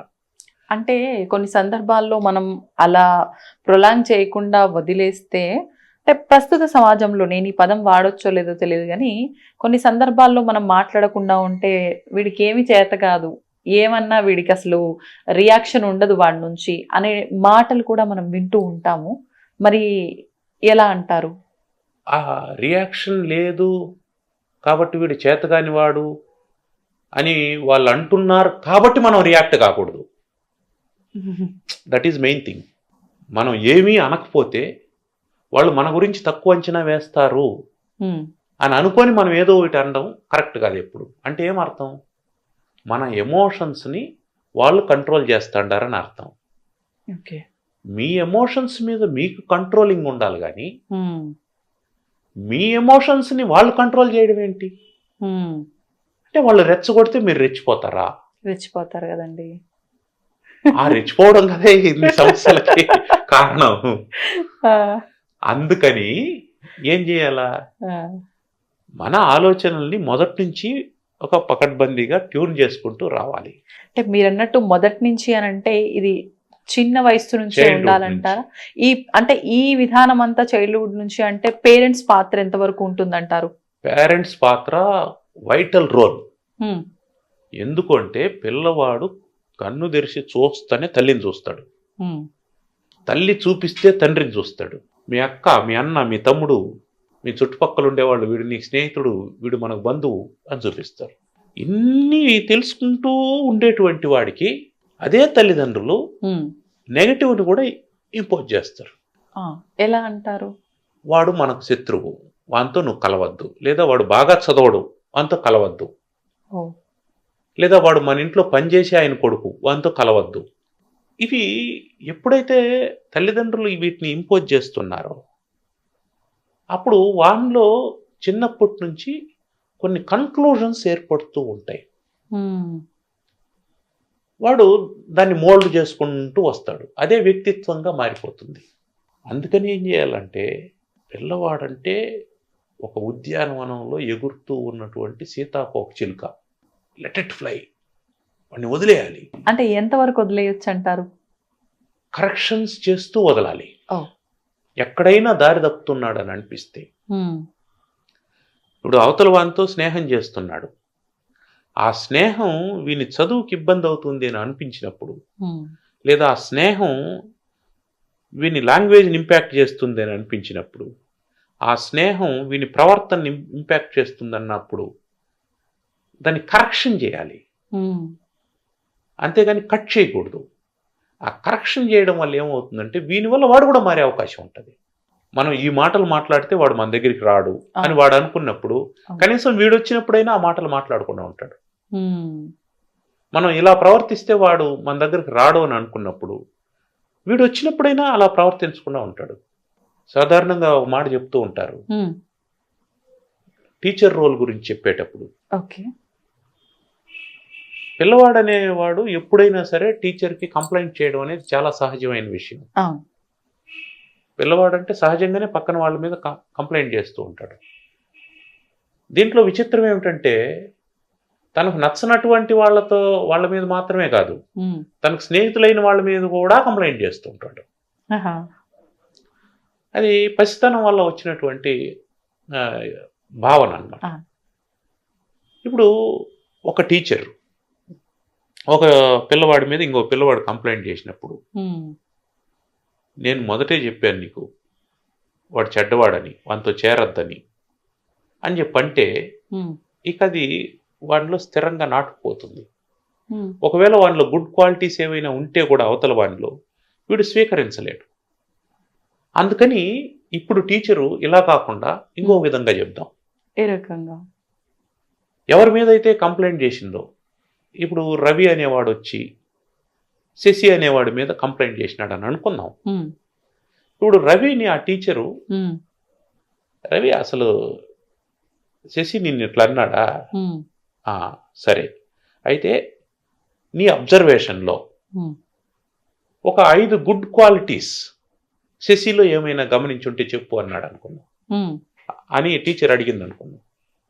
ఇప్పుడు రవి ఏం చేస్తాడు, శశిలో ఉండేటువంటి గుడ్ క్వాలిటీస్ కోసం వెతుకుతాడు, ఆలోచన చేస్తాడు. కరెక్ట్, ఆలోచన చేస్తాడు. అప్పుడేమవుతుంది, వాటిలో 5 గుడ్ క్వాలిటీస్ ఉండి ఒక బ్యాడ్ క్వాలిటీ ఉంటే, ఆ బ్యాడ్ క్వాలిటీకి కంప్లైంట్ చేసి ఉంటే, మరి 5 గుడ్ క్వాలిటీస్ని వదిలేసి నువ్వు బ్యాడ్ క్వాలిటీ పట్టుకున్నావు అనేటువంటి ఫీలింగ్ వాడికే కలుగుతుంది. అవును. So this is the way how to correct the children. ఒక చిల్డ్రన్ అనే కాదండి, ప్రస్తుతం ఎంత మెచ్యూరిటీ వయస్సు ఉన్న వాళ్ళలో కూడా ఈ విధానం మనం చూస్తూనే ఉంటాం నిత్యం. మన అపోజిట్ పర్సన్ ఎవరైనా ఉన్నారు అని అంటే, మనకు నచ్చినట్టుగా వాళ్ళు లేరు అని అంటే అది కంప్లైంటే. ఒక రకంగా అన్ని మర్చిపోతాం వాళ్ళలో క్వాలిటీస్, అదొక్కటే రేజ్ చేసి చూస్తాం. ఎందుకంటారు ఇలా? అంటే ఇది చిన్నప్పటి నుంచి పెరిగిన విధానమే ఎఫెక్ట్ అయిందంటారా? ఏ రకంగా అంటారు? ఈగో, అహంకారం. అంతే. నాకు నచ్చినట్టే అందరూ ఉండాలి అని అనుకుంటాం. అసలు ఎందుకు ఉండాలి? నువ్వు కదా అందరికి నచ్చేటట్టు ఉండాలి, నువ్వెందుకు ఉండవు? ఇక్కడ ఆత్మ పరిశీలన అనేది ఎప్పుడూ లేకుండా పోతుంది. మనం సెల్ఫ్ రియలైజేషన్ రావాలి. మనం ఎప్పుడు ఏ పాయింట్ దగ్గర నిలుచుకున్నా, వాటయా నేనేం చేస్తున్నాను, నేను చేసేటువంటిది అవతల వాళ్ళకి ఏమైనా ఇబ్బంది కలుగుతుందా, నా కుటుంబానికి, నా స్నేహితులకి, నా చుట్టూ ఉన్నటువంటి సమాజానికి ఏమైనా ఆటంకం కలుగుతుందా, ఇబ్బంది కలుగుతుందా? దీన్నే కదా మనం సివిక్ సెన్స్ అంటాం. ఏమండి, మనం ప్రయాణించేటువంటి రైళ్లలో వాష్రూమ్లు ఉంటాయి, దాంట్లో ఒక స్టీల్ మగ్గు ఉంటుంది, దాన్ని ఒక పెద్ద చైన్ వేసి కట్టిపెట్టి ఉంటారు. దీన్ని బట్టి అర్థం చేసుకోండి మీరు మన ఆలోచన విధానం ఎట్లుందని. ఎందుకు గట్టి పెట్టారు వాళ్ళు? దాన్ని కూడా తీసుకెళ్ళిపోతాడు అంతే. అంటే మన ఆలోచన విధానం ఎట్లుంది? ఓ వాష్రూమ్ లో ఉండేటువంటి జగ్గునే తీసుకెళ్ళిపోయేదానికి కూడా వాడు సిద్ధపడుతున్నాడంటే మనం ఆలోచనలు ఎట్లా కరెక్షన్ చేసుకోవాలి, ఎక్కడి నుంచి కరెక్షన్ చేసుకోవాలి? పిల్లవాడు పెన్ అడగలేదు ఇంట్లో, తల్లిదండ్రులు అడగాలి. అవును, నువ్వు వారం నుంచి పెన్ అడగలేదు, ఈ వారం పెన్ తీసుకోలేదు, లేదు ఈ నెల పెన్ అడగలేదు. వాడేమంటాడు, నా దగ్గర ఉంది అంటాడు. ఎలా ఉంది నీ దగ్గర? కొనియాల్సింది నేను కదా, నేను కొనివ్వకుండా నీ దగ్గర పెన్ ఎలా ఉంది అంటే ఎవరితో తీసుకున్నావు? తీసుకోవడం అంటే ఎట్లా తీసుకున్నావు? వాడు ఇస్తే తీసుకున్నావా, వాడిని బెదిరించి తీసుకున్నావా, లేదా అది నీకు నచ్చి వాడి దగ్గర నుంచి లాక్కున్నావా, లేదా వాడికి తెలియకుండా దొంగిలించి తీసుకున్నావా? ఇది మనం వెరీ స్టార్టింగ్లోనే ఎప్పుడైతే అబ్జర్వ్ చేస్తామో, తల్లిదండ్రులు అబ్జర్వ్ చేస్తారో, అప్పుడు కరెక్షన్ చేయొచ్చు. మనవాడు మేనేజ్ చేస్తున్నాడు అని అనుకున్నామంటే వాడు మేనేజ్ చేస్తూనే ఉంటాడు, ప్రతిదీ మేనేజ్ చేస్తుంటాడు. చివరికి ఏమవుతుంది, ఏదో ఒక రోజున వాని వల్ల కుటుంబం అంతా వీధిని పడేటువంటి అవకాశం, నష్టపోయేటువంటి అవకాశం, బాధపడేటువంటి సందర్భం ఏర్పడుతుంది. అది కుటుంబానికి మాత్రమే పరిమితం కాదు, ఆ కాంటెంపరీ సొసైటీకి మొత్తం ఎఫెక్ట్ అవుతుంది అది. అందువల్ల ఏంటి, ప్రతి తల్లిదండ్రి పిల్లల పట్ల బాధ్యత తీసుకోవాలి. అంతే బాధ్యత గురువులు కూడా తీసుకోవాలి. గురువులు అంటే కేవలం ర్యాంకులు, మార్కులు అక్కడి కాదు, షేప్ చేయాలి, క్యారెక్టర్ని షేప్ చేసేటువంటిది పాఠశాల. అంటే ఒక క్యారెక్టర్ని షేప్ చేసేటువంటిది. ఆ క్యారెక్టర్ ఎలాంటిది క్యారెక్టర్ అయి ఉండాలంటే, ఆ దేశానికి, ఆ కాంటెంపరీ సొసైటీకి, ఆ ప్రపంచానికి ఒక జెమ్ని తయారు చేసి మనం ఇవ్వాలి. మనం ఒక బ్లాక్ తయారు చేస్తున్నాం, ఒక వాల్కి ఒక బ్లాక్ తయారు చేస్తున్నాం, వీడిని తీసి అక్కడ పెట్టామంటే పర్ఫెక్ట్గా సరిపోవాలి. అట్లా షేప్ చేయాలి మనం. అట్లా షేప్ చేయకుండా వాడిని అట్టే వదిలేసామంటే వాడు దాంట్లో ఇమడలేడు, సమాజంలో వాడు ఇమడలేడు. ఇప్పుడు ఏమవుతుంది, 2 రకాల ప్రమాదాలు జరిగే అవకాశం ఉంది. ఒకటి, వాడిని వాడన్నా నాశనం చేసుకుంటాడు, లేదా సమాజాన్నన్నా నాశనం చేస్తాడు. ఈ రెండిట్లో ఏది జరిగినా ఇబ్బంది. అదే మనం పర్ఫెక్ట్ షేప్ చేసామనుకోండి, వాడు ఆ బ్లాక్ దాంట్లో సెట్ అయిపోతుంది, ఆ గ్యాప్లో ఫిల్ చేసేస్తాడు, వాని క్యారెక్టర్ ఫిల్ అయిపోతుంది. అంటే ఇదంతా మనం మౌల్డ్ చేసేదాన్ని బట్టి మనం మోల్డ్ చేయాల్సిందే, ఎవరి మీదనో భారం వేయడానికి వీలు లేదు. వాని ప్రారంధం అట్లుంది, వాని కర్మ అట్లుంది, అదంతా సెకండ్ థాట్. అంటే అవన్నీ వర్తించవా? బట్ మనం చేయాల్సిన పని మనం చేయాలి కదా.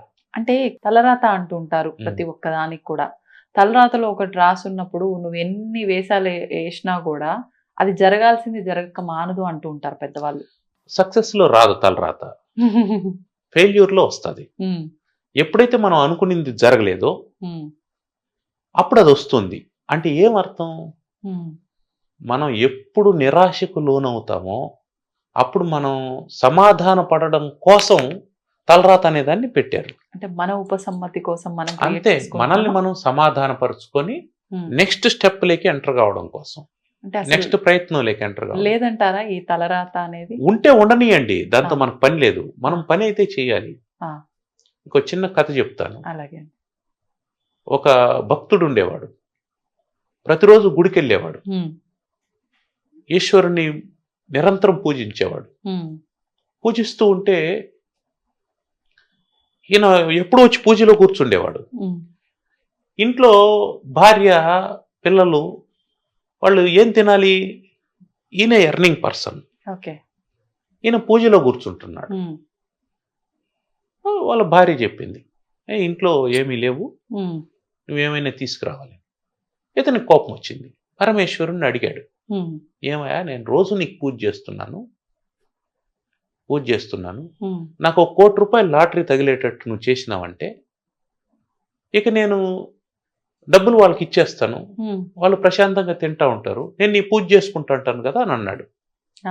నేను ధ్యానం చేసుకుంటాను, జపం చేసుకుంటాను అని అన్నాడు.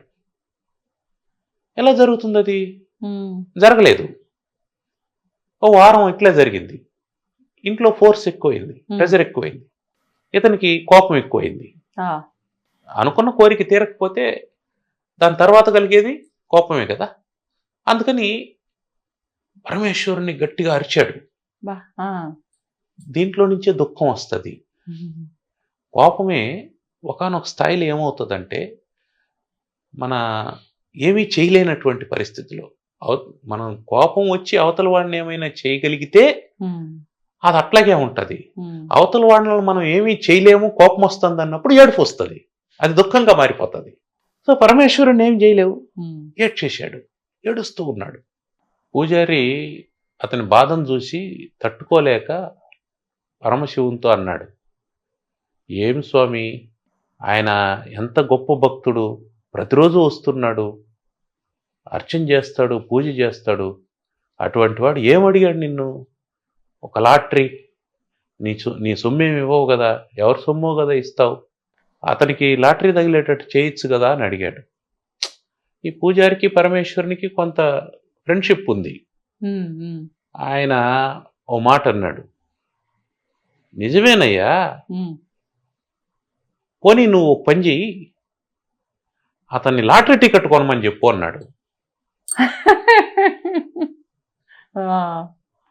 అంటే మనం తలరాత అనే దాన్ని ఎలా తీసుకోవాలి? నువ్వు లాటరీ టికెట్ కూడా కొనకుండా లాటరీ కొట్టాలని ప్రయత్నం చేస్తున్నావు. అంటే ప్రయత్నమే చేయకుండా ఫలించాలని ఆశిస్తున్నావు. ఎందుకు భగవంతుడు నీకు కాళ్ళు, చేతులు, కన్ను, ముక్కు, నోరు అన్నీ ఇచ్చి, వివేకం ఇచ్చి, జ్ఞానాన్ని ఇచ్చి నిన్ను ఈ ప్రపంచంలోకి పంపిస్తే నువ్వు మళ్ళీ అన్నీ ఆయన నెత్తిన వేసేసి నేనేం చేయను, నువ్వు అన్నీ నాకు చేయాలనంటే నీకంటే పశుపక్షాదులు మేలు కదా. అవి దేని మీదైనా ఆధారపడుతున్నాయా? పక్షి ఉదయం గూడు వదిలేసిపోయి దాని ఆహారం అది తెచ్చుకుంటుంది, దాని బాధ అది పడుతుంది, దానికి జబ్బు చేస్తే దాని వైద్యం మీద అది చేసుకుంటా ఉంది. మరి నీకు ఇంత విచక్షణ ఇచ్చిన తర్వాత నువ్వు తలరాతనేసి ఎట్లా వదిలేస్తావు? మనం ఇందాక చెప్పుకున్నటువంటిదే, ఎప్పుడైతే మనం ప్రయత్నం వదిలేసామో, నెగటివ్ థాట్ వచ్చిందో అప్పుడే ఓడిపోయాం. పాజిటివ్ థాట్ వచ్చింది అంటే అవుతుందా? అవుతుంది. ఈరోజు కాకపోతే రేపు. పైగా దేనికైనా ఫలితం రావడానికి ఒక టైం పీరియడ్ ఉంటుంది. ఒక వేరుశెనగ విత్తనాన్ని భూమిలో వేస్తే అది కాయలు కాయడానికి, వేరుశెనగ కాయలు కాయడానికి 90 రోజులు పడుతుంది. రైతు విత్తనం వేసిన రోజు నుంచి దాన్ని లోడి చూస్తూ ఉండడు.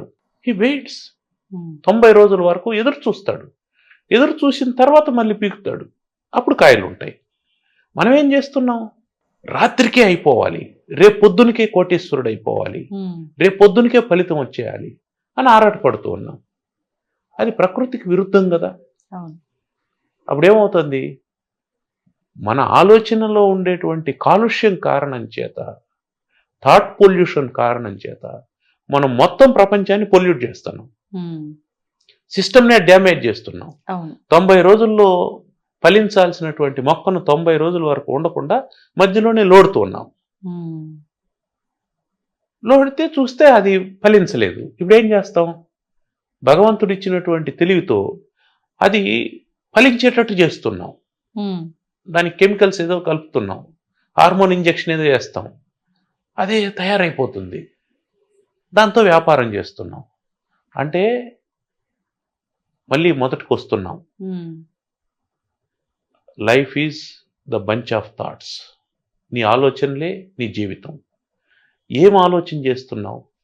ఏది సహజంగా ఎలా జరగాలో అలా జరగకుండా దాన్ని డిస్టర్బ్ చేసేటువంటి ఆలోచనలు చేస్తున్నప్పుడు మీరన్నటువంటి కృతయుగం, త్రేతాయుగం, ద్వాపరయుగం, కలియుగం, ధర్మం 4 పాదాలు, 3 పాదాలు, 2 పాదాలు, 1 పాదం, ఇవంతా కేవలం ఆలోచన విధానంలో మార్పు అంతే. ఆ ఆలోచన విధానాన్ని మనం సరిచేయగలిగినామంటే మనం కృతయుగాన్ని చూడొచ్చు. ధర్మం 4 పాదాల్లో నడుస్తుంది. కారణం ఏమిటంటే అది మనకు సంబంధం లేదని అనుకుంటున్నాం. మన ఆలోచనలంతా ఎట్లుంటాయి? అందరూ ధర్మాత్ములుగా ఉండాలి, మనం తప్ప. అందరూ అందరూ మనకు అనుకూలంగా ఉండాలి, మనం ఎవరికి అనుకూలంగా ఉండకూడదు.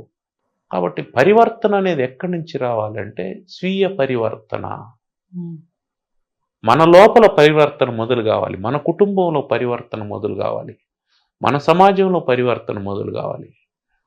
అది ఎప్పుడైతే జరుగుతుందో మనకు ధైర్యం రావాలి. ఏమిటా ధైర్యం అంటే, సింపుల్ ధైర్యం ఏమి రావాలంటే, రైల్లో ఉండేటువంటి వాష్రూమ్లో ఉండే ఆ స్టీల్ మగ్గుకి మనం చైన్ కట్టకుండా వదలగలగాలి. ఆ ధైర్యం మనకు వచ్చిందంటే మళ్ళీ తలరాతలు ఇవన్నీ మళ్ళీ ఆలోచన చేయొచ్చు వాటిని గురించి. ముందు ఇది రావాలి. ఇదే చేయలేం మనం. ఎందుకు? నీళ్లు తాగే చోట గ్లాసు పెడతారు, దానికి ఆ గ్లాస్ కంటే ఎక్కువ ఖరీదు పెట్టి దానికి ఒక చైన్ కట్టుంటాడు. నీళ్లు తాగినటువంటి వాడు గ్లాస్ ఎత్తుకొని పోతాడేమో అని ఎత్తుకొని పోతారు. అది ప్లాస్టిక్ గ్లాస్ అయినా ఎత్తుకొని వెళ్ళిపోతాడు. అంటే ఏమి నేర్చుకుంటాంది? What is the civilisation? మీరు అడిగినటువంటి సంస్కృతి ఏమిటి? కల్చర్ ఏమిటి? ఏమి నేర్పిస్తుంది కల్చరు? కరెక్షన్ చేయడం లేదు. సో ఎప్పుడైతే కరెక్షన్ ఆగిపోతుందో అప్పుడు కల్చర్ మెల్లమెల్లగా నాశనం అయిపోతుంది. ఆ కరెక్షన్ గురించి మనం ఆలోచన చేయకుండా కేవలం ప్రాక్టీస్ మీదనే ఫోకస్ పెడుతున్నాం. మీరు దీపారాధన చేసేయండి, మంచి జరిగిపోతుంది. నో, దీపారాధన చేయండి, దాంతోపాటు ఇంకోటి యాడ్ చేయండి, దానికి ఇంకొక కరెక్షన్ చేయండి. ఇలా ఉంది అంటే, దానివల్ల ఇబ్బంది కలుగుతుంది అంటే ఆపండి. ఏం కాదు, కరెక్ట్ చేయండి.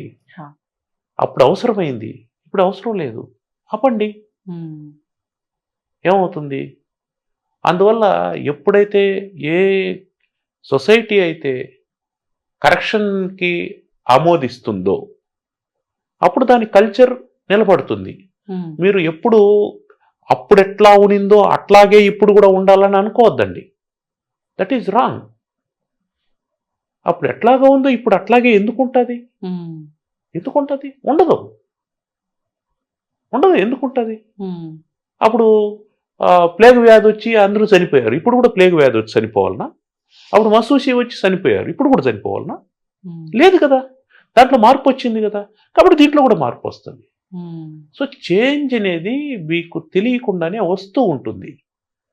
దాన్ని యాక్సెప్ట్ చేసే చేంజ్ మన లోపల రావాలి. మీరు అన్నారు ఇందాక అంతర్జ్యోతి అని. అంతర్జ్యోతి ఏంటి? Acceptance. If you accept everything will be bliss. మీరు యాక్సెప్ట్ చేయలేదనుకోండి, every bliss will become curse. అంటే మన పైన ప్రభావం చూపిస్తున్న మంచి చెడు ఏదైనా యాక్సెప్ట్ చేయాలంటున్నారా? దేన్ని యాక్సెప్ట్ చేస్తారు మీరు సాధారణంగా? మంచిని ఎవరైనా యాక్సెప్ట్ అంతే చేస్తారు కదా. చెడుని యాక్సెప్ట్ కరెక్ట్ చేయండి. అదే నేను చెప్తున్నది. యాక్సెప్ట్ చేయంటే బ్లైండ్ గా అన్నిటిని యాక్సెప్ట్ చేయని కాదు.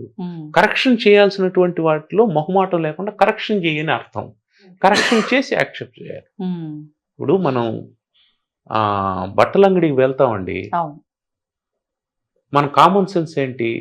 ఎంత అద్భుతమైన డిజైన్ అయినా మన సైజే కొనుక్కుంటాం. ఇది కామన్ సెన్స్. డిజైన్ నచ్చింది కదా అని మన సైజు కొనుక్కోం. ఇప్పుడు ఎంత అద్భుతమైన డిజైన్ అయినా మన సైజు కొంచెం ఇటు అటు ఉందనుకున్నాం. ప్యాంట్ కొంచెం పొడవుగా ఉంది, మనం ఏం చేస్తాం? దాన్ని కట్ చేసి కరెక్షన్ చేసి మనం వాడుకుంటాం. సింపుల్ కదా. దాన్ని కరెక్షన్ చేయకుండా పొడవుగా ఉండేటువంటిదో లేదా లూజ్గా ఉండేటువంటిదో అట్లే వేసుకున్నాం అనుకోండి, దాన్ని ఏమంటాం?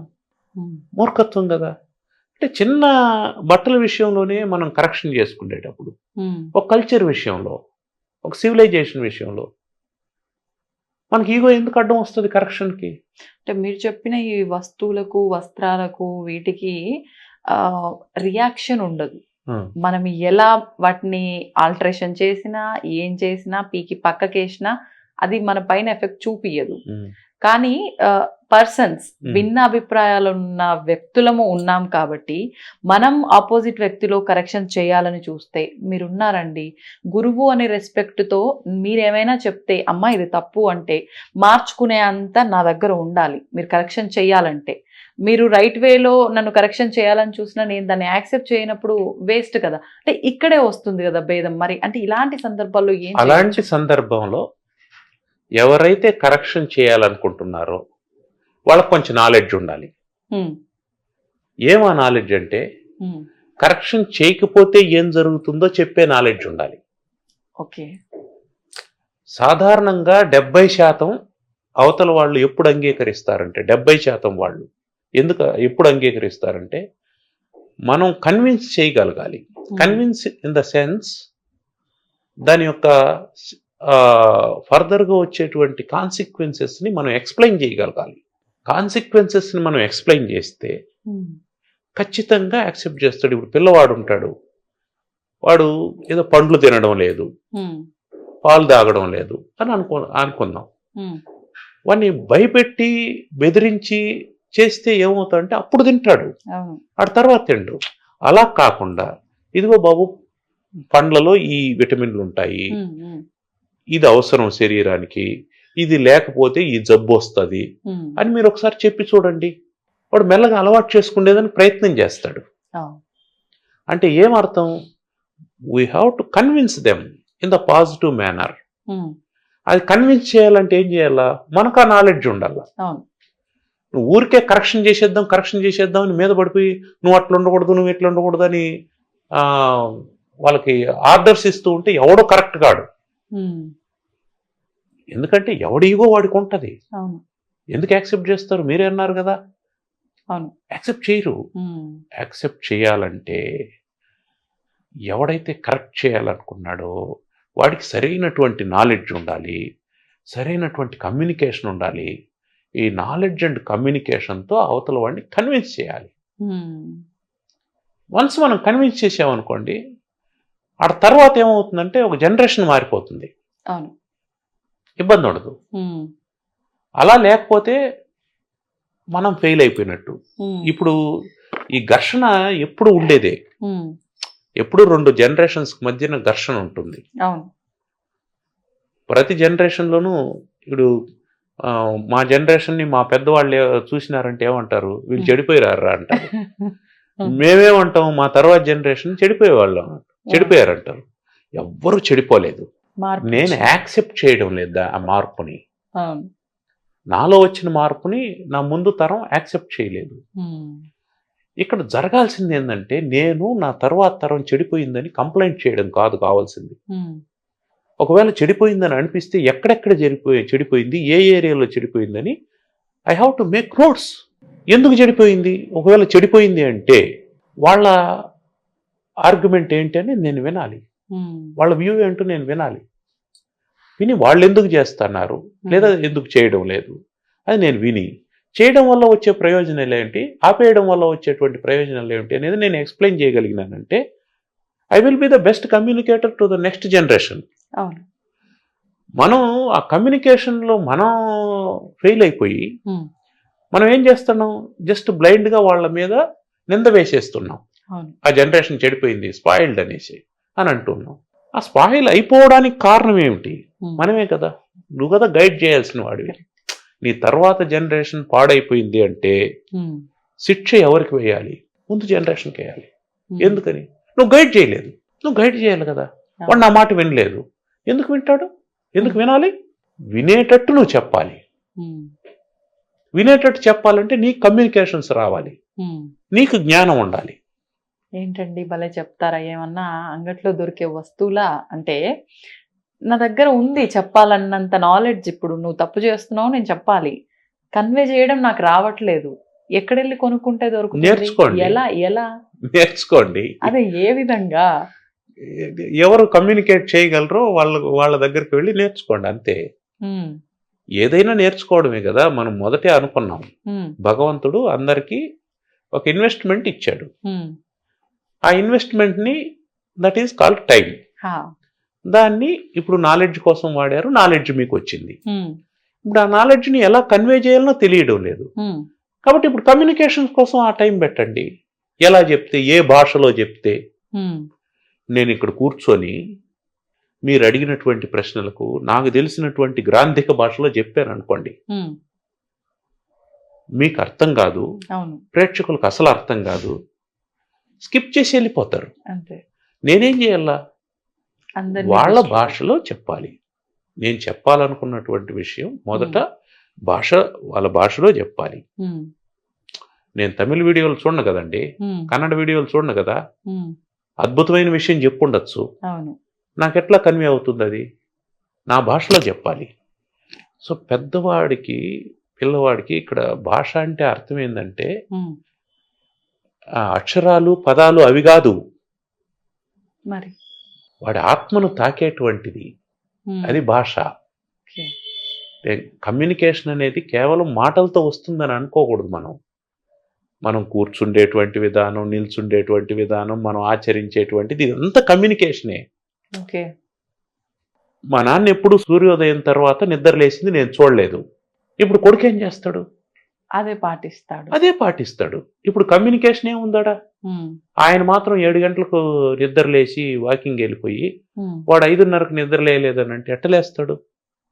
సో ఇక్కడ కమ్యూనికేషన్ ఏంటి, ఇక్కడ లాంగ్వేజ్ అవసరమా, లేదు, అవసరం లేదు. ఆచరణ. ఇప్పుడు నేను తింటూ ఉన్నాను, నేను తినేటప్పుడు అన్నం కింద రాలకుండా తిన్నాను, జాగ్రత్తగా తిన్నాను, కింద పడేయకుండా. నా బిడ్డ చూశాడు, అదే నేర్చుకుంటాడు. నా పళ్ళెం చుట్టూ అన్నం మెతుకులు పడి అవి నా మీద కూడా పడి అట్లా ఉందనుకోండి, వాడిని నేను అవంతా పడకుండా తిను అని ఎట్లా చెప్పగలుగుతాను? అవి it is possible. So communication అంటే మనం ఏమనుకుంటున్నాం అంటే నాట్ వర్బల్ కమ్యూనికేషన్, అదొక్కటే కాదు. భాష అంటే శరీరానికి సంబంధించింది, మన ఆచరణకు సంబంధించింది, అన్ని కలిపి లాంగ్వేజ్ అవుతుంది. అన్ని కలిపి లాంగ్వేజ్ అవుతుంది. కాబట్టి మనం ప్రాక్టీస్ అనేది మొదలు పెట్టామంటే మన తర్వాత తరం అనుకుంటుంది. మనం క్యూలో వెళ్తున్నామండి, మీరు దర్శనానికి వెళ్ళారు, క్యూలో వెళ్తున్నాం, ఎవరంతకు వాళ్ళు మాట్లాడుకుంటూ ఉన్నారు. ఒకరు వ్యాపారం గురించి మాట్లాడుతుంటారు, ఇంకొకరు ఇంకేదో మాట్లాడుతుంటారు, ఇంకొకరు క్యూ లైన్ గురించి మాట్లాడుతుంటారు, ఇంకొకరు టికెట్ల గురించి మాట్లాడుతుంటారు, ఏదో మాట్లాడుతూ ఉంటారు. ఇప్పుడు మీరు బిగ్గరగా గోవిందా అనండి, అందరూ అంటారు. అన్ని ఆపేసి గోవిందా అన్నారా లేదా? ఇప్పుడు గోవిందా అని వాళ్ళు ఇంతసేపు ఎందుకు అనలేదు? ఆలోచన రాలేదేమో, మీరు స్టార్ట్ చేయలేదు కదా. ఇక్కడ తప్పు మనది, స్టార్ట్ అంతే కదా. మీరు స్టార్ట్ చేయకుండా వాళ్ళు ఏందండి క్యూ లైన్ లో కూడా బిజినెస్ గురించి మాట్లాడుకుంటున్నారు. దేవుని దగ్గరకు వచ్చినప్పుడు కూడా ఈ క్యూ లైన్ లైనా దేవుని గురించి ఆలోచన చేయొచ్చు కదా, దేవుని నామాన్ని చెప్పచ్చు కదా. అంటే వాళ్ళు చెప్పలేదని మీరు ఎందుకు కంప్లైంట్ చేస్తుంటారు? మీరు చెప్తే కదా వాళ్ళు చెప్తారు. ఉమ్, ఇప్పుడు మీరు గోవిందా గోవిందా అంటా పదండి, వాళ్ళు కూడా మీతో పాటు గోవిందా గోవిందా అంటారు. ఉమ్, 2 సార్లు వాళ్ళు మిమ్మల్ని స్కిప్ చేస్తారు, మిమ్మల్ని పట్టించుకోరు, వాళ్ళ మాటలు వాళ్ళు మాట్లాడుతుంటారు. 3వసారి దారిలోకి వస్తారు ఆటోమేటిక్. వచ్చేస్తుంది. సో మనమేమీ చేయకుండా లోకం అంతా మారిపోవాలి, అంత పాజిటివ్గా మారిపోవాలంటే కుదరదు. ముందు మనం పాజిటివ్గా మారాలి. అంటే మీరు చెప్పిన దాన్ని బట్టి మనం ఆచరిస్తే మన మరుసటి వాళ్ళు, మన పిల్లలు, వాళ్ళ కాంటెంపరీ పిల్లలు సొసైటీ అయినా ఆలోచిస్తారు. సరే. కొన్నిసార్లు వింటూ ఉంటామండి, అంటే మీరు చెప్పింది వాస్తవం. కాకపోతే కొన్ని సందర్భాల్లో కొన్నిసార్లు వింటూ ఉంటాం, చూస్తూ ఉంటాం. ఎంతో పుణ్యాత్ములు తల్లిదండ్రులు అంటే చీమకు కూడా అపకారం చేసేవాళ్ళు కాదు, అలాంటి వాళ్ళ కడుపులో ఇలాంటి దరిద్రుడు పుట్టాడురా, ఇట్లాంటి సందర్భాలు ఖచ్చితంగా ఒకసారైనా వింటూ ఉంటారు. మరి ఎందుకు వాళ్ళు అంత పద్ధతిగా ఉండి, అంత మంచి వాళ్ళు అయి ఉండి, అటువంటి వాళ్ళకి ఇలాంటి సంతానం ఎందుకుంది? వీళ్ళు ఇంత అంటే అధర్మాలకు పాల్పడుతున్న విధానాలు ఇవన్నీ ఉండే సంతానం ఎందుకుంటారు అలాంటి వాళ్ళకు? Communication gap. వాళ్ళు మంచి వాళ్ళే, అదొకటే సరిపోదు. ఆ మంచితనాన్ని ఏం చేయాలా, వీళ్ళలోకి ఇంపోజ్ చేయాలి. ఇప్పుడు నా కొడుకుని నేను 5 గంటలకు నిద్ర లేపితే వాడికి నా మీద ప్రేమ తగ్గిపోతుంది, వాడు నిద్రపోని అనుకునే మంచి తల్లి ఉంది అనుకుందాం. ఆ మంచి తల్లే, చాలా మంచిది. తన బిడ్డని ఏమి అందవు. ఇప్పుడు వాడు ఎట్ట పొద్దున్నే నిద్రలేస్తాడు? ఇప్పుడు సమస్య వాడు ఎన్ని గంటలకు నిద్ర లేచినాడు అనేది కాదు, నేను ఊరికే ఒక పాయింట్ చెప్పాను. వాడికి ఒక అలవాటు మారిపోయింది. ఇప్పుడు ఏం లేదు, 5 గంటలకు నిద్ర లేవడానికి 6 గంటలకు నిద్ర లేవడానికి పెద్ద తేడా ఏముండదు. 1 గంట ఆయుష్ పెరుగుతుంది ముందు లేస్తే, అంతే కదండి. మీకు డే టైం ఎంత అనుకుంటున్నారు? 12 గంటలు. ఎప్పుడు వరకు పని చేస్తే? 6 నుంచి 6 వరకు పని చేస్తే. మీరు 9 గంటలకు నిద్ర లేచి 10 గంటలకు రెడీ అయ్యి 10 గంటలకు వర్క్ స్టార్ట్ చేశారనుకోండి, అప్పుడు మీకు వర్కింగ్ అవర్స్ ఎన్ని వస్తాయి? మళ్ళా 10, 4 అవర్స్ తగ్గిపోతాయి కదా. మీరు 6 వరకు చేస్తే 10 to 6 చేస్తే 8 గంటలే కదా వస్తాయి. మీరు 6 గంటలకే పని చేయడం స్టార్ట్ చేస్తే ఇంకో 4 గంటలు కలిసి వస్తాయి కదా. అంటే ఏమర్థం? మీరు చేయాల్సిన పని మిగిలిపోయిందనా? మీరు చేయాల్సిన పని 4 గంటల ముందుగా అయిపోతా ఉంది దీని అర్థం. ఓహో, అంటే ఆయుష్తో క్యాలిక్యులేట్ చేస్తారు. ఇప్పుడు you can extend your life, you can extend your work. మీరు చేయాల్సిన పని త్వరగా చేసేసినారంటే కొత్త పని టేకప్ చేయొచ్చు, కొత్త ప్రాజెక్ట్ చేయొచ్చు.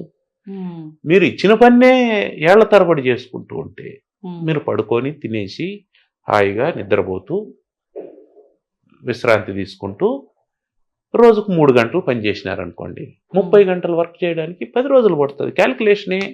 ఇప్పుడు మీ జీవితకాలంలో ఎన్ని చేస్తారు? ఇట్లాంటివి తగ్గిపోతాయి. మీరు ఆయుష్ అంటే రోజులు లెక్కేద్దండి. ఆయుష్ అంటే పుట్టినప్పటి నుంచి చచ్చేంత వరకు మన ప్రొడక్షన్ ఏందో అదే ఆయుష్. The productivity is the life. Productivity లేకపోతే దాని లైఫ్ అని ఎందుకంటాం? సో ప్రొడక్టివిటీని మనం ఇంప్రూవ్ చేయాలంటే ఏం చేయాలా? ప్రొడక్టివిటీకి ఇన్వెస్ట్మెంట్ ఏంది? టైం. ఆ టైం మనం ఎట్లా మిగలబెట్టుకోగలుగుతాం? సౌండ్ స్లీప్ అన్నీ వదిలేసి 9:30కో 10కో పడుకొని చక్కగా 5కి లేచామనుకోండి, సరిపోయిన శరీరానికి. ఒక అరగంట సిద్ధమయ్యాం, గంట సిద్ధమయ్యాం, వ్యాయామం చేసాం, స్నానం చేసాం, ఆరోగ్యాన్ని జాగ్రత్తగా చూసుకున్నాం, 6కే మనం వర్క్ స్టార్ట్ చేసాం అనుకోండి, ఆఫీస్ 10కి కదండి అండ్ 2 గంటలు చదువుకోండి, మీ జ్ఞానాన్ని పెంపొందింపజేసుకోండి.